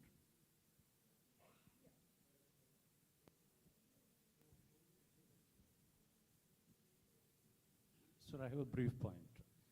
Christy, Prest University, Tanjavur. I'm just touching upon what our president said, the internship opportunities. Curriculum tweaking is very, very easy. Nobody needs to teach the vice chancellors. We can tweak our curriculum to suit to the industry needs. But then, even the best of the universities with their best of the equipment facilities cannot provide the industry exposure to the students. The industries have to help. Yesterday, our Secretary General was mentioning that she is in touch with the CIA. Sir, let the policymakers make it mandatory on the part of the CSR of the industries. They have a corporate social responsibility. Providing internship to the university students must be a mandatory CSR. Please note it down. Take it up with the policymakers. We need two hands to clap. Unless the industries come forward, take our students, there cannot be any possibility for the students to get an industry exposure. Sir, the academic fraternity is being repeatedly blamed for milling out unemployable graduates. Who is responsible? The policymakers have not made the industry responsible. Accountability is one of the pillars of the so-called NEP 2020 or whatever. Let the industries come forward. We are there. As you rightly said, we write to the industries. We write to 10 industries for a project for a student. One industry responds saying no. This is the status. Kindly take it up with the policymakers. Thank you. The last question, because we have one more session. May I speak to you, sir? Sir, if you give me 1 minute, I will speak, sir. Sir, I will just take 1 minute, sir. I will just take only 1 minute, sir. I am Professor B.P. Veerabhadrappa, Kuvempu University Vice Chancellor, Shimoga, Karnataka. Sir, as what I was listening to our chairman and also Secretary General, we could understand that there has been a great responsibility on Association of Indian Universities with UGC or ICSSR or NCRT. But we have major problems, particularly in the context of UGC regulations and also NAC regulations. All the vice chancellors are facing the same problems. Maybe in the context of as what our chairman was telling, maybe the old universities, new universities, younger universities, medical universities, all put together. Once we are able to bring on an equal footing, I think it would be very, very unfair to have the ranking also. And second thing, most important thing is NAC gradation. Maybe C plus or B plus, B double plus and A plus, A double plus. I think these are all the parameters that vice chancellors are targeting. When I went for NAC, I made one committee to see that all these targets are fulfilled. But we could understand that there has been a great difficulty in reaching those targets also. So is it a target-oriented university, or is it public-oriented university, or is it social-oriented university? I think vice chancellors do have major problems, particularly in the context of addressing NAC regulations, NIRF regulations, and in Karnataka we have KUSRF regulations. I think all these state universities, along with the private universities also, as what you said, private universities do more potential. They are more potential and they occupy the first position. I'm not saying that government universities are not competent, but as what you really told, that private universities do have their potentiality, and government universities will lag behind. So I think this is in contrast the paradox that you really find. I have taken note of your point, what you are saying. Yeah. You should take, and as what one of our colleagues has said, that you should visit all the universities also. This is a concern of all the vice chancellors. You please visit AU also, sir. You are I will definitely. I will. Okay. I have also to no. The thing is, sir, that one online expert is waiting and actually is very angry with us. Why you are not inviting us? One suggestions I have, sir. Okay, sir. Anyway, we are going to have our lunch together. Okay. Whatever you want to say, other vice chancellors you can share with me. Okay. Moreover, you can send a mail to me. I am telling. Okay, I will take it very seriously before consolidating our recommendations. I will give you another 2 or 3 days. Send to me. We will incorporate it. Is it okay, sir? Okay, sir. Because next session, doctor, we should not make our chancellor also to wait for a long time. Only Thank one you. question. Thank you very much, sir. Sir, will you there give is me another question. Just 1 minute I will take, sir. Not more than 1 minute. Yes, sir. 1 minute. I am Professor Raja Saab from Khaja Bande Nawaz University, Gulbarga. I was earlier Vice Chancellor of Tumkuru University. Before coming, I have participated in many meets like this earlier also, organized by UGC, sorry, AIU.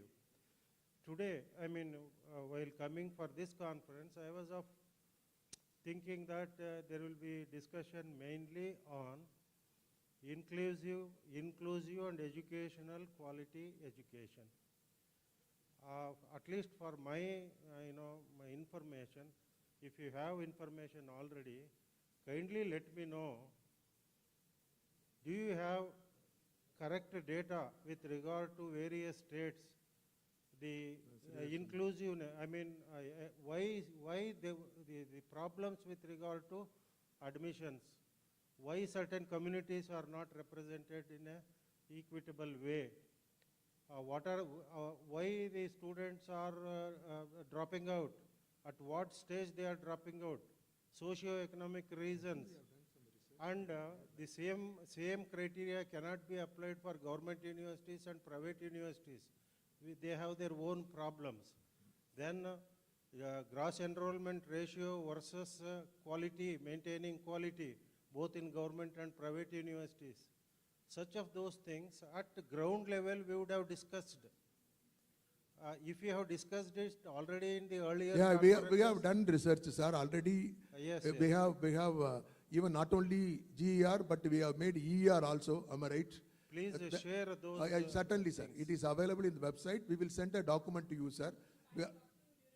Lunchtime. Okay, Please, a thank last you. question. Yes, sir. Yes, sir. Great university, sir.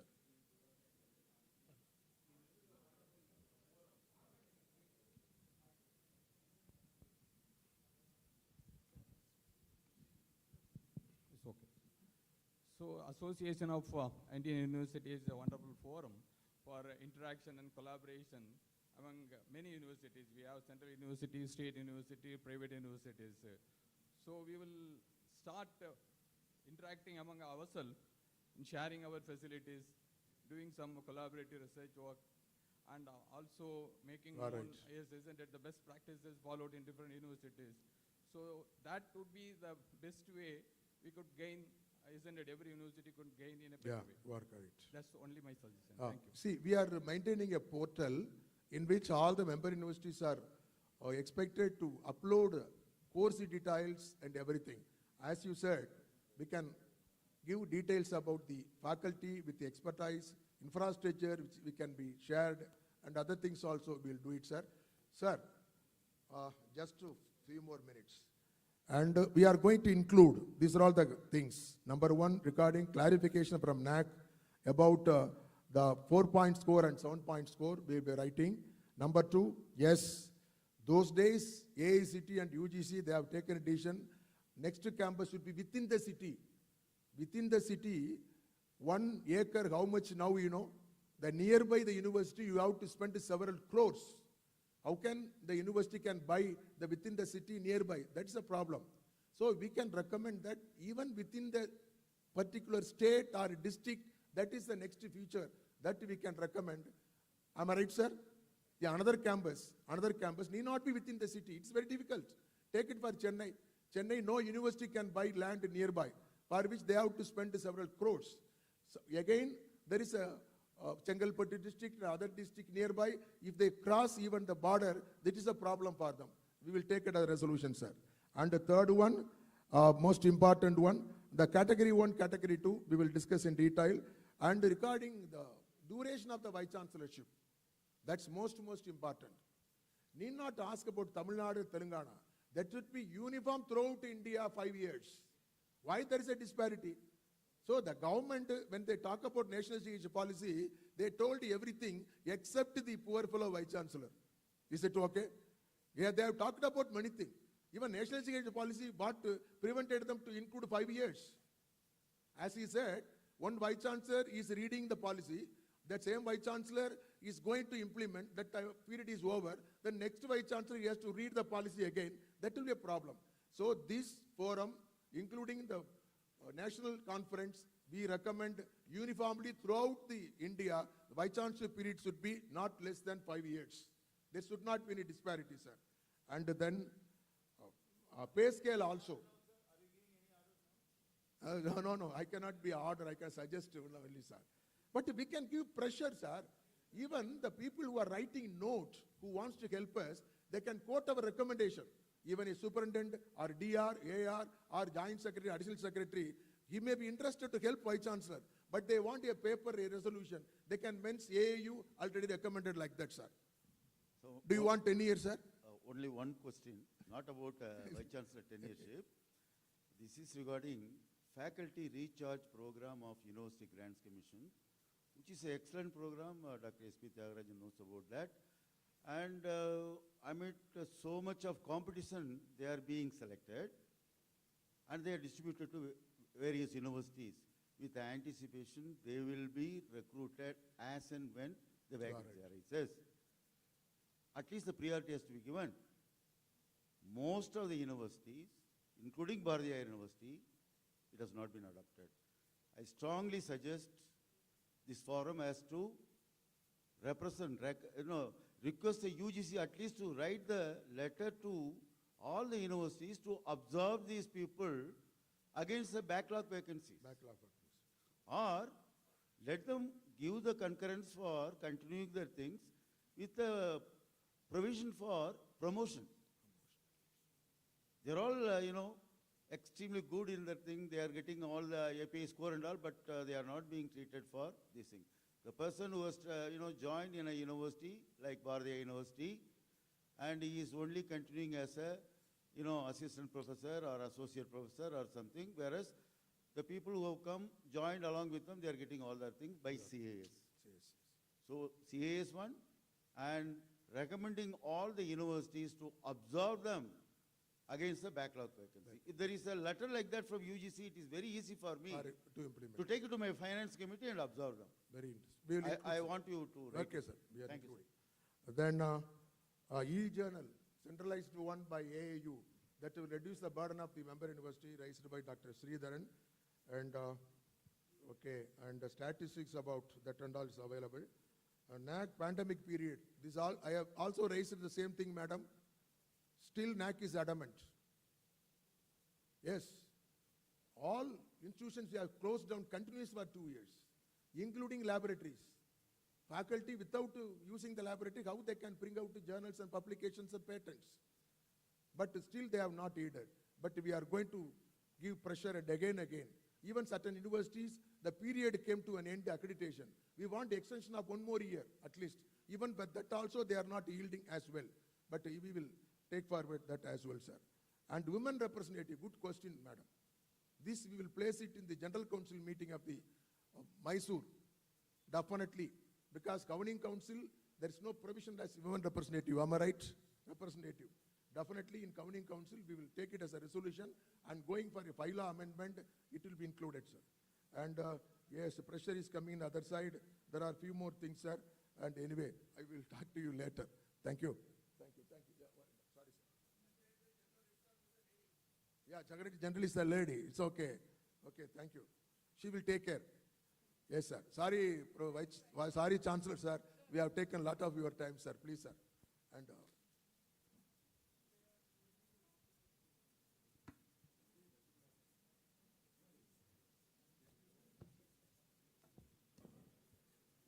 Thank you, sir. Now, it is time for the next session, the final session. The theme of this session is contribution of HEIs, ensuring access and equity in higher education. For this, we would like to welcome Professor S.P. Tyagarajan, sir, Chancellor Avinasi Lingam University, and former Vice Chancellor, University of Madras, onto the dais to chair this session. Sir. Professor has worked on international collaborative projects with scientists from 26 nations, including the United States and United Kingdom, and many other. He is a member of UGC, ICMR, DST, DBT, DOD, Ministry of Health, and WHO. He is the inventor of the drug for the treatment of chronic jaundice called hepatitis B from the Indian medicinal plant. Several are the accolades that have been attributed to him. And to mention few, the Consultant Epidemiologist Award of Glasgow University, UK, the ICMR Award in Virology, and Kamala Kumari National Award in Science and Technology, the Italian Chevalier Award, Order of Merit for Italian Republic Award, and Dr. APJ Abdul Kalam Award for Science and Technology by Government of Tamil Nadu. We are honored in inviting you, sir. We also invite Professor Jamuna Duvru, Vice Chancellor, Sri Padmavati Mahila Vishwavidyalayam, onto the dais, ma'am. Professor Jamuna Duvru, Vice Chancellor, Sri Padmavati Mahila Vishwavidyalayam,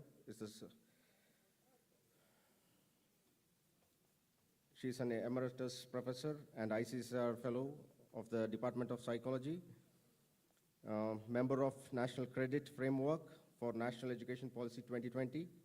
She was the executive council member for various institutions like Telugu Academy, Central University of Haryana, Indus Shastri Canadian Institute. We have 4 speakers for this session, 3 are online. We invite.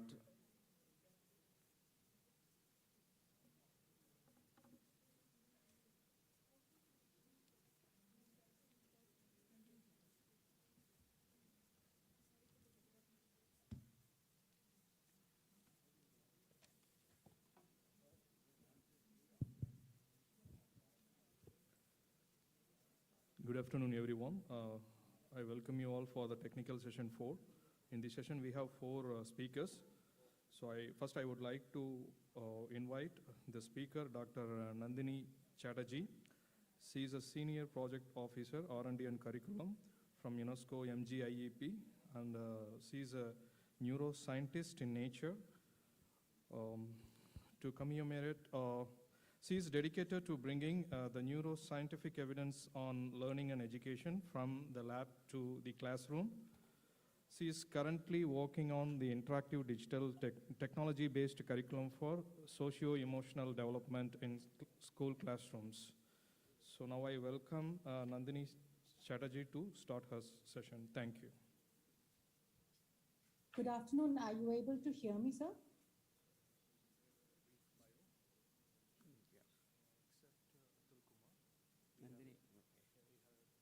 Hello, please let me know if you can hear me. Ma'am, you have joined, ma'am? I have joined and can you see my slides and can you see? Just a second, can you ma'am. hear me? I'll confirm that now. Just a second. Thank you. Good afternoon to all of you, and welcome to this technical session 4, which talks about contribution of higher education institutions in ensuring access and equity in higher education. We have excellent speakers in this technical panel. In view of the lunch before us, we are trying to see how best we can crystallize the whole program in a way that we will be able to take on the wisdom of the resource persons.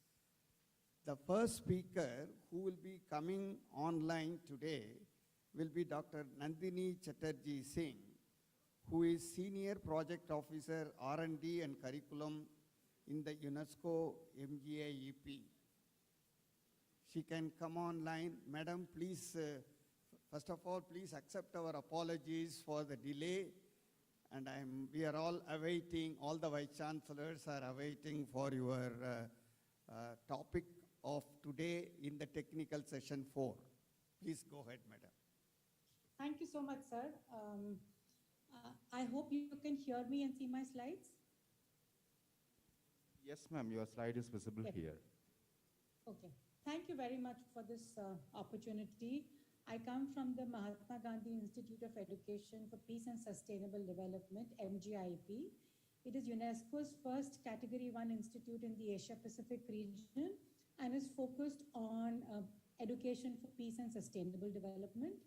We focus a lot on using evidence from the neurosciences to build new interactive curricula, specially targeted towards social and emotional learning.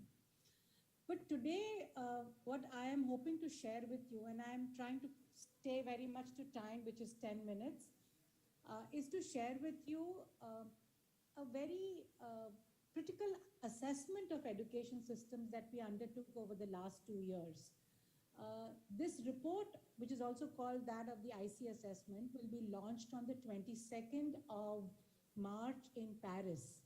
But what I wanted to share with you today on behalf of the Institute are some findings for education systems, school as well as universities, which we are now disseminating across different centers and which we thought might be very relevant for this group of honorable vice chancellors to consider as they went about re-envisioning education after the pandemic, which has been an eye-opener for many of us.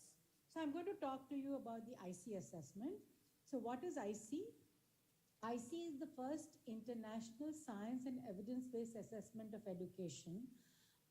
And it was really conducted to try and determine what should be the future of education. You know, we have adopted and followed for the last 60 years or so a model of education. But today, for the first time, we are at a point in history where we know enough about how the brain learns. And it is time to bring in some of that evidence along with what we have implemented so far in education systems to take stock so that we might make relevant changes as we step into the future. Okay? So the assessment was undertaken for primarily two reasons. To answer two fundamental questions. Are our education systems serving the right purpose? And are they equipped to handle the challenges that we think are going to occur in the future? And of course, to try and make a very conscious attempt to build the science policy nexus so that policy recommendations in education can be based on scientific evidence and not on whims and fancies or may lack or opinions of people. We now know enough about education and about learning to make sure that we make interventions which are going to help all children, not just some. And therefore, it's important to look at education from a multidisciplinary lens. Okay. Let me move to the next slide. So what were the key findings of this assessment, which was conducted over 2 years and had about 300 scientists from different parts of the world talking together and contributing towards this?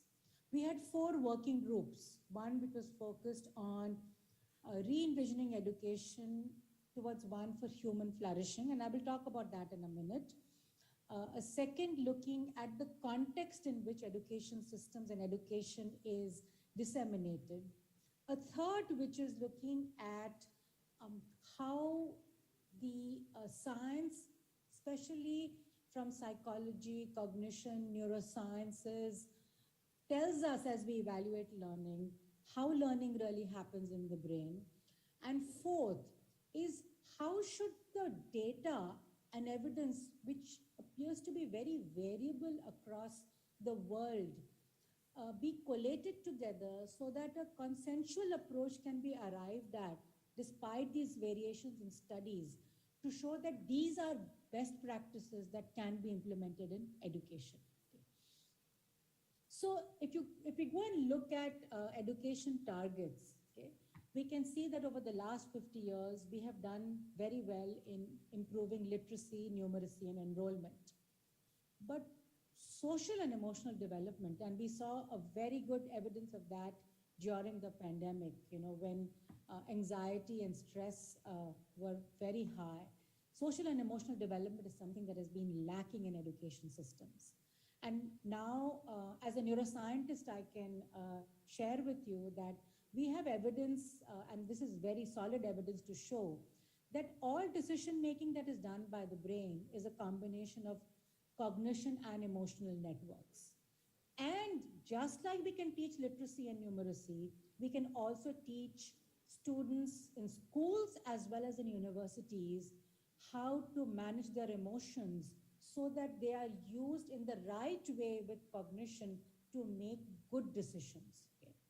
Merits and credentials, we have seen a lot of improvement and a lot of growth, but unfortunately very little impact in terms of civic contributions to society.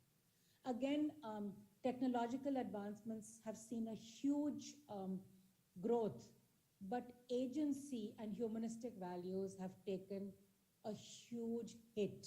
Okay? And this is something that we really need to worry about. Because if you go and again look at the neurosciences and psychology and just our own experiences in life, a lot of happiness in life really comes from relationships. But we never teach our children or our adults how to form good relationships. How do we as social emotional beings learn to live together? And this is something that we now know there is a science behind this which can be taught into the classroom. And we need to bring this in consciously. Most importantly, and I want to draw your attention towards this, is a point over there called potentials. How we need to probably revise our assessment and evaluation systems, not to be just standardized tests, but ways such that students can actually achieve their maximum potential. And in that sense, we want to reconceive and re-envision the impact of education is to enable individuals, children and adults, to become the best versions of themselves. Because what we realize is that every child is different, every brain is different. We don't have 30 copies of one brain sitting in the classroom, but there are 30 different brains sitting in our classrooms. And therefore, our systems need to be structured so that we can try and nurture each of these brains to achieve their full potential. Okay. And so if you look at the numbers, there has been a lot of focus in our education systems on cognition, information, but very little on social and emotional skills. But you will be very happy to know also that the new education policy does include social and emotional learning now. And what we must do is to try and make sure that this is implemented in schools as well as in universities at every level. So we want to be able to enable education systems where we not only allow and permit and enable optimal human potential growth, but also enable life where you can live as a good human being. Education becomes meaningful, and education actually allows you to develop and empowers you to develop good human relationships. Okay. So these are the 7 pillars that we have identified where cognition, metacognition, and social-emotional learning have to come together. 7 pillars that we must focus on. So learning to know is what the focus on has been a lot on. We are gradually getting into learning to do, but learning to become, learning to live with nature, learning to think, okay, and learning to live together. That is something that we need to consciously bring into education systems. And again, I want to emphasize, there is excellent scientific evidence to show us how to cultivate this in our classrooms by teachers, by students, and by the entire education ecosystem. Okay. Another key finding that we recognized was that number of students, and it is as high as 15%, need additional support to succeed, okay? Which means they have different learning needs. The whole idea of inclusion so far has primarily focused on physical disabilities, but there is a whole section on learning which is because of differences in brain wiring. And I'm not talking about the intellectually disabled, I'm talking about individuals and children who might be at risk for dyslexia and dyscalculia, who have extraordinary other abilities, but might not be great at reading or doing math, but they might be excellent at pattern matching and a number of other skills. How do we enable them to achieve their full potential? You might be surprised to know that if you look at the Harvard Center of Astrophysics, 70% of the students in that center are people who have dyslexia, but they have amazing abilities to be able to look at big pictures, and they are able to use that information to do very novel research. How do we make sure these kids don't drop out of our systems, but can be nurtured to really become an integral part of society and contribute towards it? So we need to find measures to try and support all students learning and make sure they don't drop out of our systems. So recognizing the potential of every learner is something that should be factored into our education systems. Another key finding was how technology has made a very big inroad and is today in a unique position to allow us to cater to not only students in different parts of the world, but also to meet these different needs that I talked about just a minute ago. Kids with dyslexia and dyscalculia benefit hugely with technology. Okay? How do we make sure that our assessment systems allow us to do assessments in multiple ways? What if you didn't have to write an exam, but instead build a portfolio or do an oral assessment? Can we not find ways to use problem solving as a form and a means for assessment? The pandemic has revealed that such possibilities exist and have been used uniquely in pockets of the world. How can we leverage that to bring them in more actively into our education systems? And more importantly, enable a situation or an ecosystem where assessment is for learning rather than of learning. And these are some possible factors that we think need to be considered when we are looking at assessment. We are too bothered about just meeting, attaining certain number of percentage of marks in the examinations. We have to, as not only a system, but as a society, begin to find ways to be able to cultivate and recognize the gifts and skills of our children much better. Okay.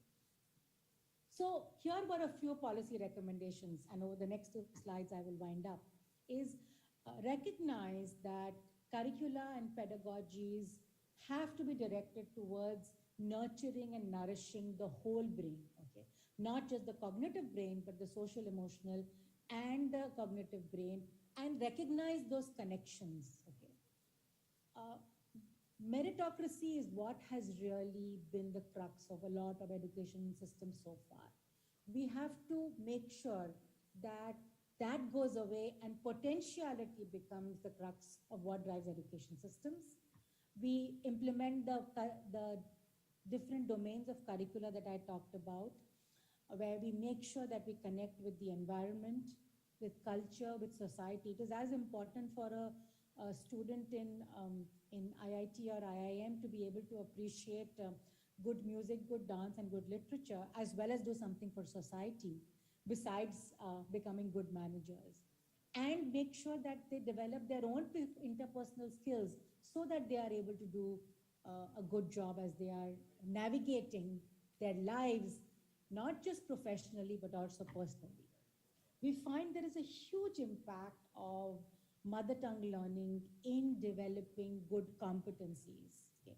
And knowledge should be replaced by competencies, where you not only learn and get the information, but also know how to use it. Okay? And that's where there's a difference between learning and competency. Finally, introduce early screening so that we can identify the needs of different learners and make sure our classrooms and our teachers both are ready to be able to cater to those multiple needs. Okay. So I'm going to stop there, and I hope this has provided some food for thought. Thank you very much for your time and attention. I know it is lunchtime and I shouldn't keep you too long. Thank you very much. Thank you very much, Madam. It was an extremely insightful presentation. And if you could kindly remain, there may be some questions later on. So we will now have Sri Atul Kumar Tiwari, IAS, Additional Secretary, Ministry of Skill Development and Entrepreneurship, Government of India. Thank you very much, sir. I'm sorry for the delay due to various participation and discussions. You can come in and present your presentation, sir. Thank you, Professor S.P. Tyagarajan ji, and the other panelists and the Honorable Vice Chancellors and other participants on this very thoughtfully organized regional meet by the AIU. I'm here at the invitation of Dr. Pankaj Mittal and the chairperson also. I had an occasion to meet them last year, and I thought that it will be necessary for me to present something about the skilling ecosystem to all the learned vice chancellors and the academicians who are gathered for this meet. Sir,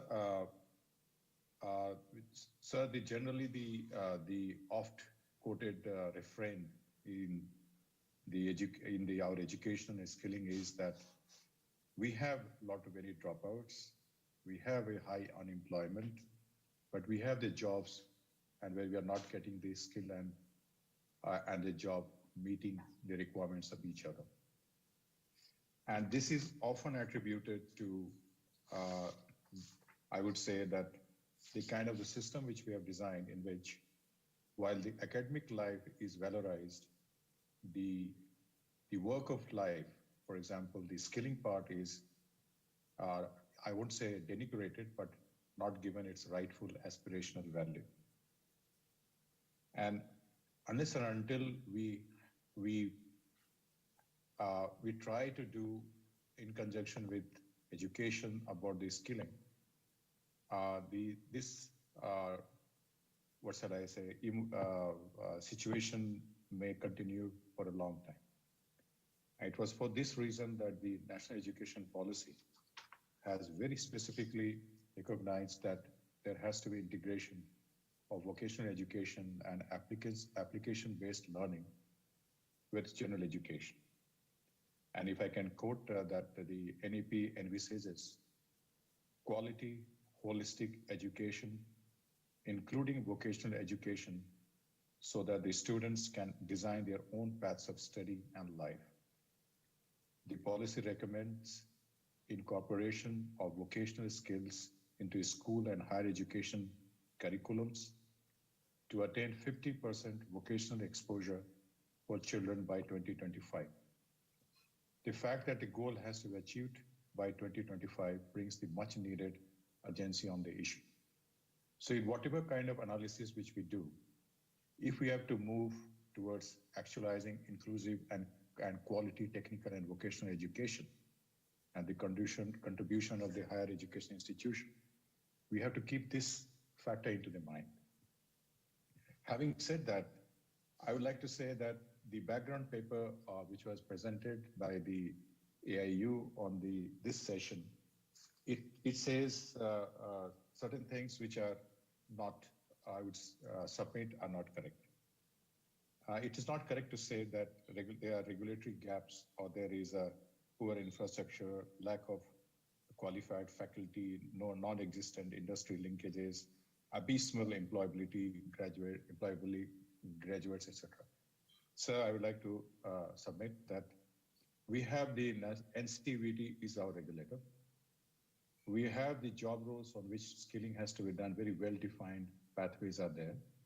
We have around 4,000 such job roles are there, which are as per the NSQ, National Skill Qualification Framework. We have a Skill India portal where all such skillings have been there, funded and non-funded. We have the very clear job rules which are NOS-based, in a sense. They are not outcome-oriented, but the NOS-based systems are there. We have a great amount of industry connect as well.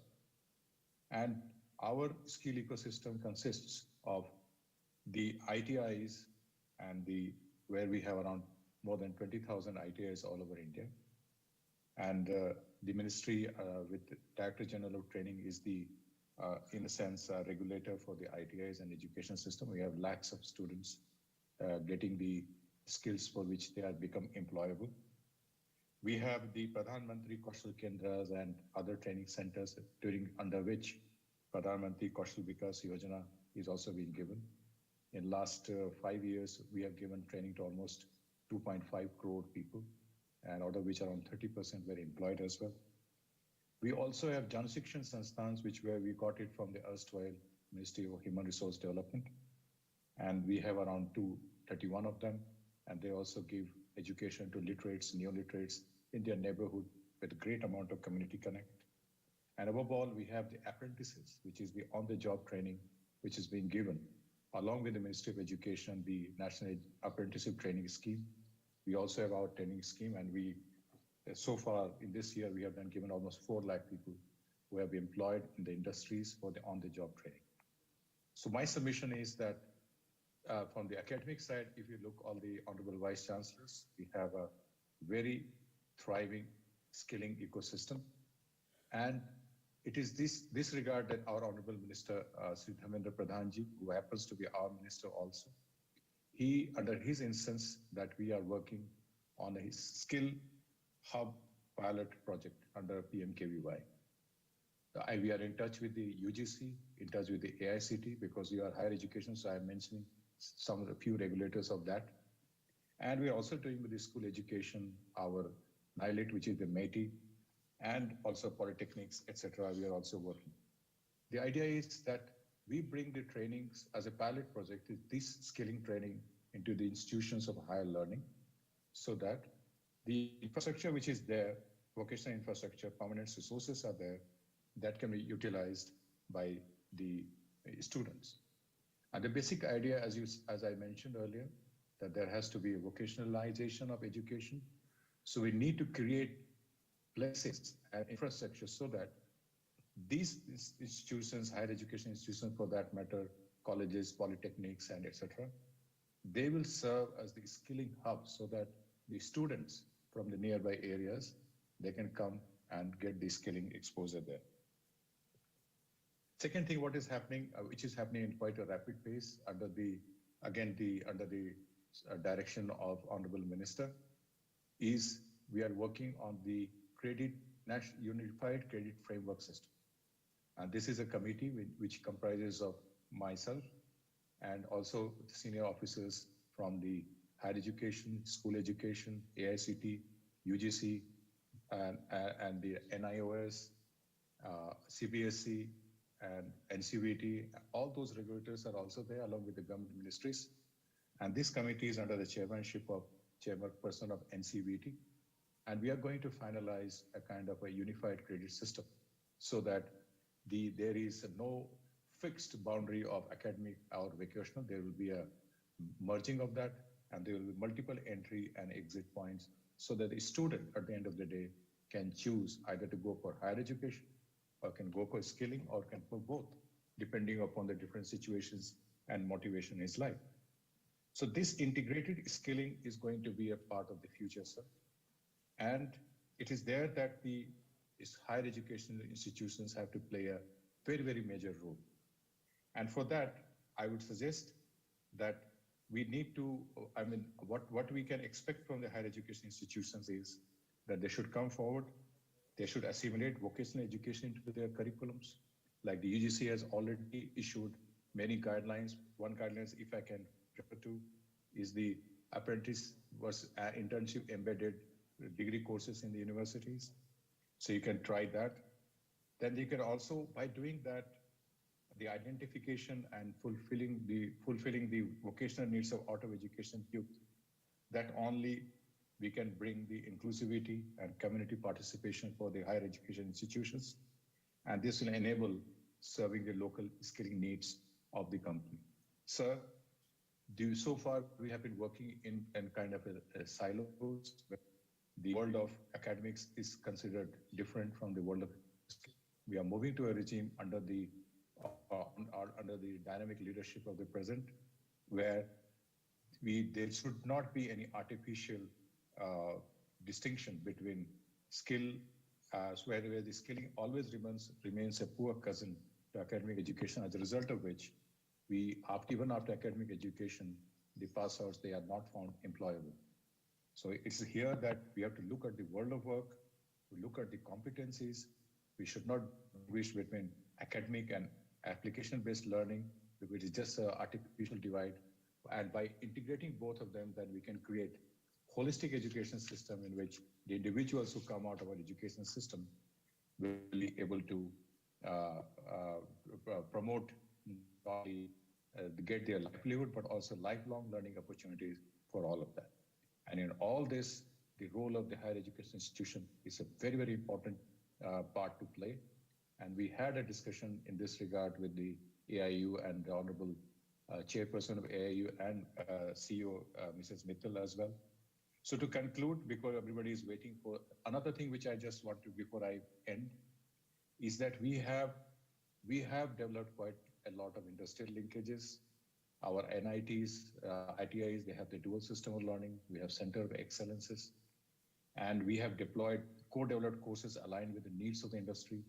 And we'd like to work with the universities, and many dynamic universities have even reached out to us, and we'd like to bring them for an application-based and vocational education, which will be a win-win situation with both the industries and the higher education institutions.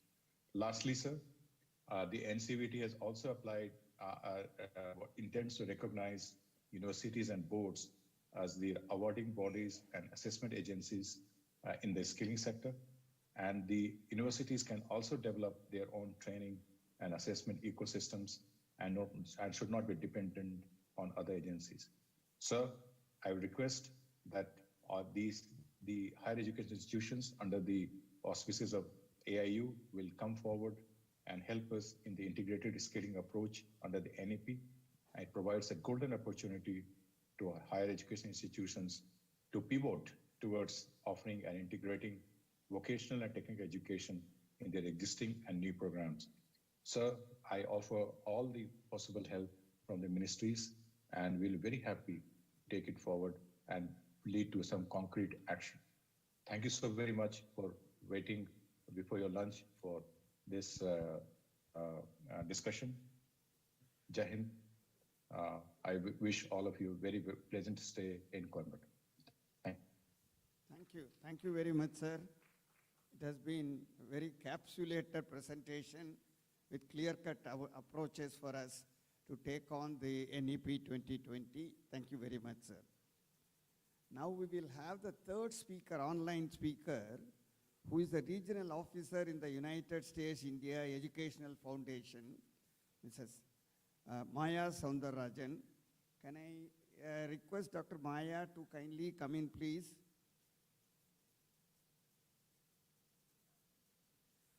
In fact, they are involved in promoting mutual understanding between the nationals of India and the nationals of the United States through the educational exchange of outstanding scholars, professionals, and students, and the Fulbright Scholar Program, Fulbright Student Exchange Program, all the universities are very well aware. She is right now here, and she will be providing us insights onto them. Over to Dr. Maya Sundarajan, please. Thank you so much, Professor Tyagarajan. Good afternoon, everyone. I'm honored to have the opportunity to address this distinguished gathering of education leaders in South India.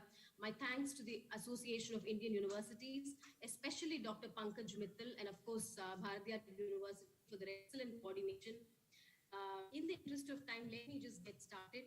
One of the aspects Dr. Nandini Chatterjee brought up was the importance of relationship building as an outcome of education. My talk is about that, about building this in the global context. Internationalization, which has already been mentioned a few times this morning, is a great, which is a great precursor to my take on it. I think expanding it and making it accessible to all is crucial in this particular context. Internationalization is discussed in the National Education Policy with a mention saying that having more international students at Indian campuses and to make it possible for our Indian students to travel abroad to study, for research, or to have a semester abroad engagement. And this ties right into the Sustainable Development Goal 4 and target 4.7, which talks about education for sustainable development and global citizenship. This target is aimed at promoting, I quote part of the target 4.7, promoting a culture of peace and non-violence, global citizenship, and appreciation of cultural diversity and of culture's contribution to sustainable development. Needless to say, this ability for cross-cultural understanding could influence a student's career trajectory completely. And hence, I believe that it is crucial to bring this element into the education system as early as possible in a structured manner, and to make it an equal opportunity for everybody, where possible at the high school level, and more widely, definitely at the undergraduate level. And I see this happening at US universities. And I, as someone who works at the figurative border of international education between US and India, and as someone who interacts every day with American students and academics who visit India for research, I can confidently say that India has tremendous untapped potential in being an education destination for students across the world. I see American students coming to India for research on an amazing range of projects. More often than not, India is a life-changing and a transformational experience for them. And on the reverse, I also see that they leave a very profound impact on the Indian society, both professionally and personally as well. But these numbers who come to India are very small compared to the potential of what we have to offer from the country. And of course, we all know what India has to offer, be it history, art, social sciences, and the modern retail economy, or the logistics sector, or the healthcare sector, or the economy. There are simply so many amazing facets and unique facets to explore and learn from India. And we've not even scratched the surface of what is possible to present to the world. And this would be an entirely new gamut of knowledge and system for students from the United States or from any other part of the world as well. And not just for students, also for faculty. And this understanding of India is crucial for global businesses, for research, and for in many other facets, for international relations as well, for them to have a good understanding of India, and for India to also have this relationship with the rest of the world.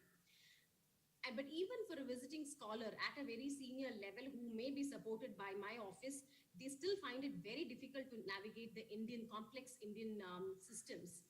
But in order to open up these opportunities for students and faculty from other countries to learn about and learn from India, and to realize India's potential as an education destination, a concerted and a collective effort at the policy level, which is already seems to be in place and needs to go hand in hand with specialized offices set up and trained to handle these projects at the grassroots level. I think these two have to go hand in hand. I noted that Professor Mittal referred to a network that is going to be soon established on internationalization of campuses. This is fantastic, and I would love to be in the loop on this as much as possible. I'm sure my office would like to know as much as possible about this. Talking about what I know about the internationalization from the US aspect, almost every US university has a study abroad office which develops programs for their students to do a semester or two in another country. There is also a forum called the Forum on Education Abroad in the United States, which is FEA. You just have to Google that to know more details, which provides a framework for effective study abroad programs for US students in other countries. This office also provides networking opportunities with US study abroad professionals and offices through their various conferences and training programs. So these resources are already available to use to understand what kind of programs could be developed to attract US students, perhaps students of other countries as well, to explore India and to understand India. But of course, Indian students already travel in great numbers abroad, and several of our Indian institutions have exchange programs with US universities and universities in other countries as well. But this opportunity is not possible for a vast majority of the student population. So we only have a percentage of the Indian student population, which is able to make use of these global opportunities. And SDG is all about how institutions can make this accessible to as many students as possible. In the US as well, not many American students can afford to do an international travel on their own. Many US students depend upon scholarships to be able to travel to another country for a professional development program or for an educational development program or for a semester abroad program. US universities have a separate vertical on fundraising, which taps into alumni, into corporate donors to set up travel funds and travel scholarships to make this kind of a global experience possible for their students. This apart, they also have advisors in place at study abroad offices who guide students to apply for government scholarships and other private scholarships. They work hand in hand to make this kind of a global travel experience possible at the undergraduate level as well, starting right from the undergraduate level. And I have also seen personally handled projects where US students at the high school level have also engaged and traveled out to India for a global engagement. Of course, that is a minority, but yes, definitely at the undergraduate level, a great number of American students travel abroad. And there is a push from the US Study Abroad Office to make this opportunity available for more and more American students because a global understanding is possible only when there is global travel and global engagement as much as possible. And from what is a possibility is also now that Indian companies have the CSR funds built into their financial planning, perhaps there is an opportunity to make this possible for students to establish travel scholarships for students as well by tapping into this fund. But of course, not all students will be able to travel out.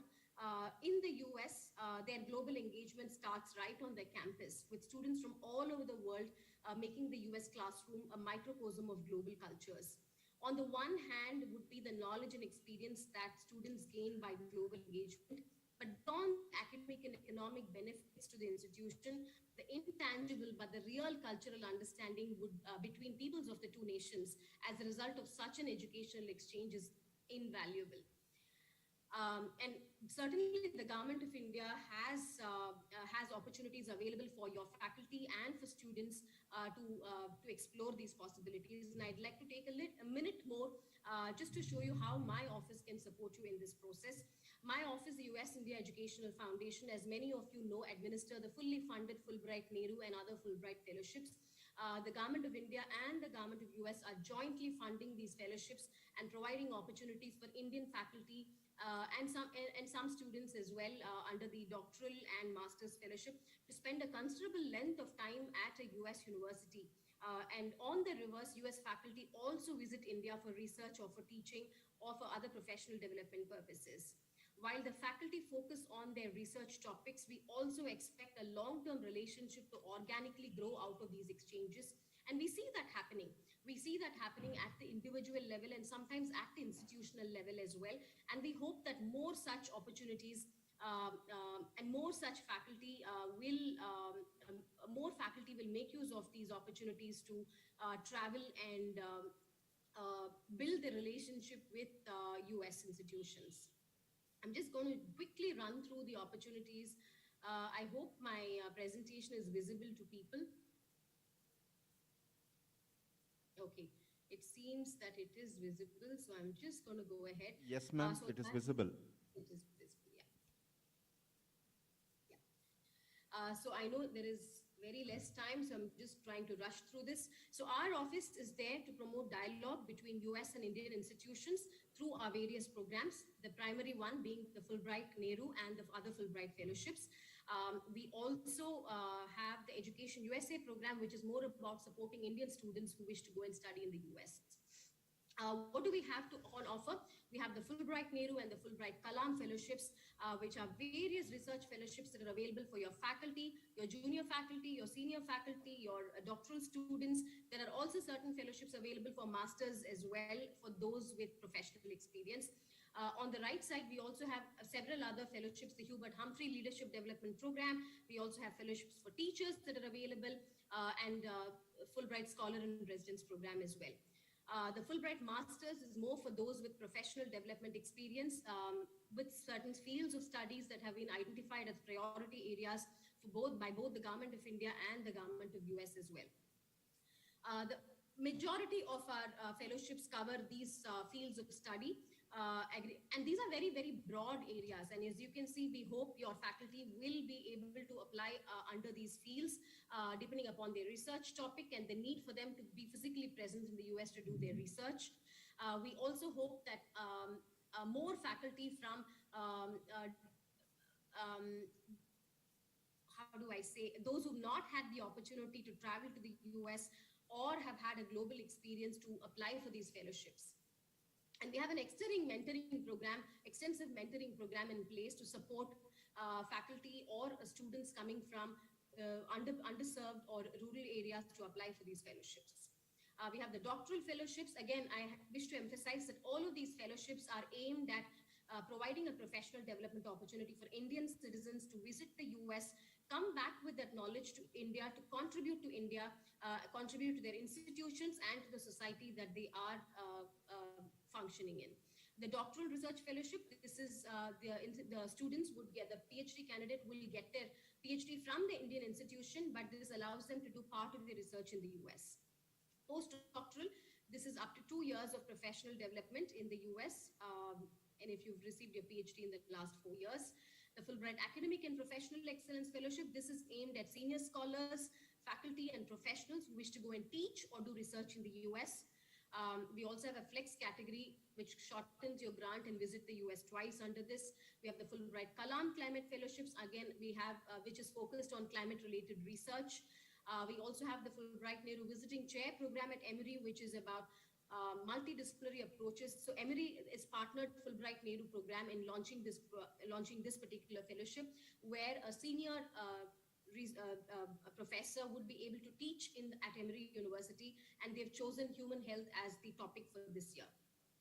We also have the Fulbright Nehru Visiting Chair Program at University of Massachusetts Amherst, and the chosen field is public policy. So again, we encourage your faculty to look at this and use this opportunity to build a relationship with the US university and bring that back into India to build on that relationship either as a study abroad program or as an MOU or as further faculty and student exchange possibilities.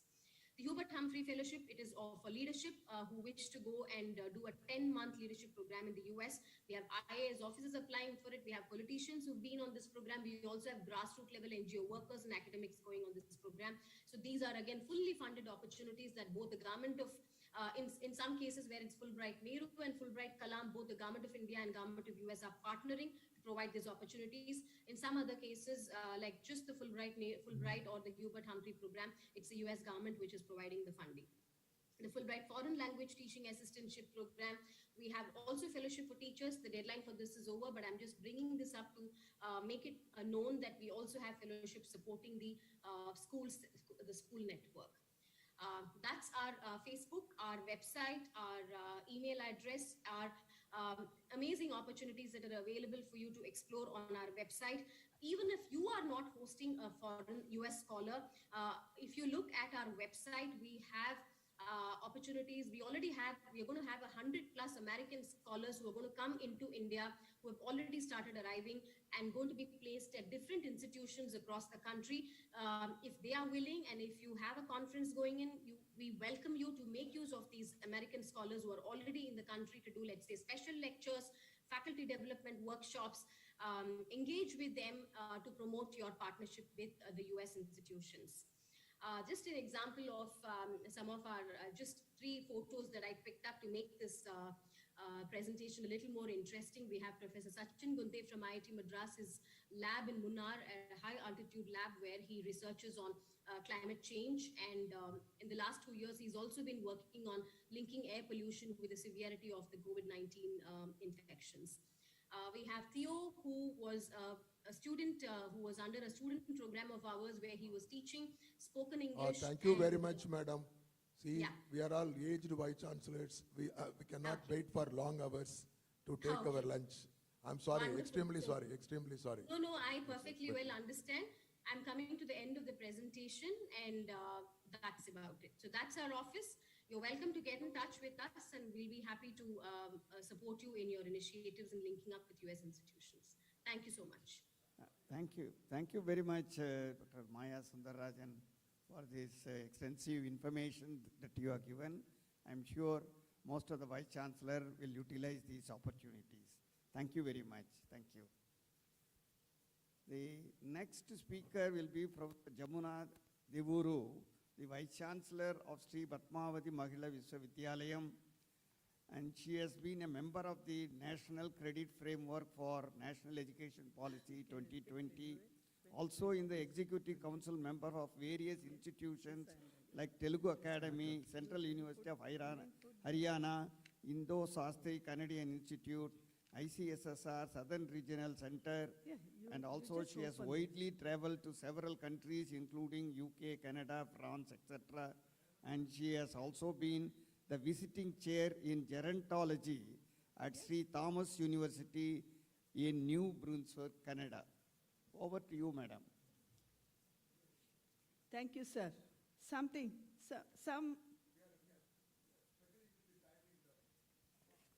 Yeah, I say good afternoon and namaste, bye-bye, sir. Don't worry. Sir, we are breaking now, sir.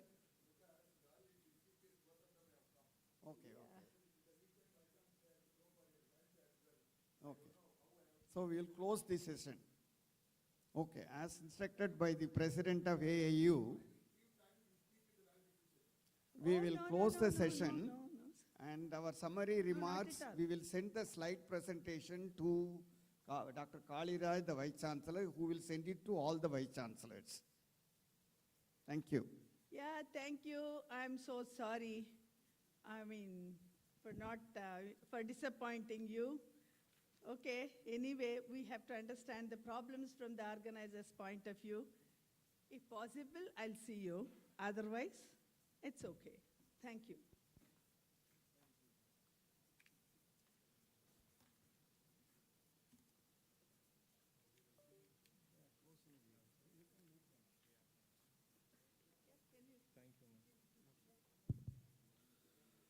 So on behalf of AAU and BU, we thank the chair and all the speakers for sharing their knowledge. Thank you once again. So meanwhile, I would like to make an announcement. We have a quick 30 minutes lunch break. So for Vice Chancellor, speakers, and AAU members, please go to BSMED Seminar Hall for the lunch. Whereas the faculties and others, the lunch is served in food court. Thank you.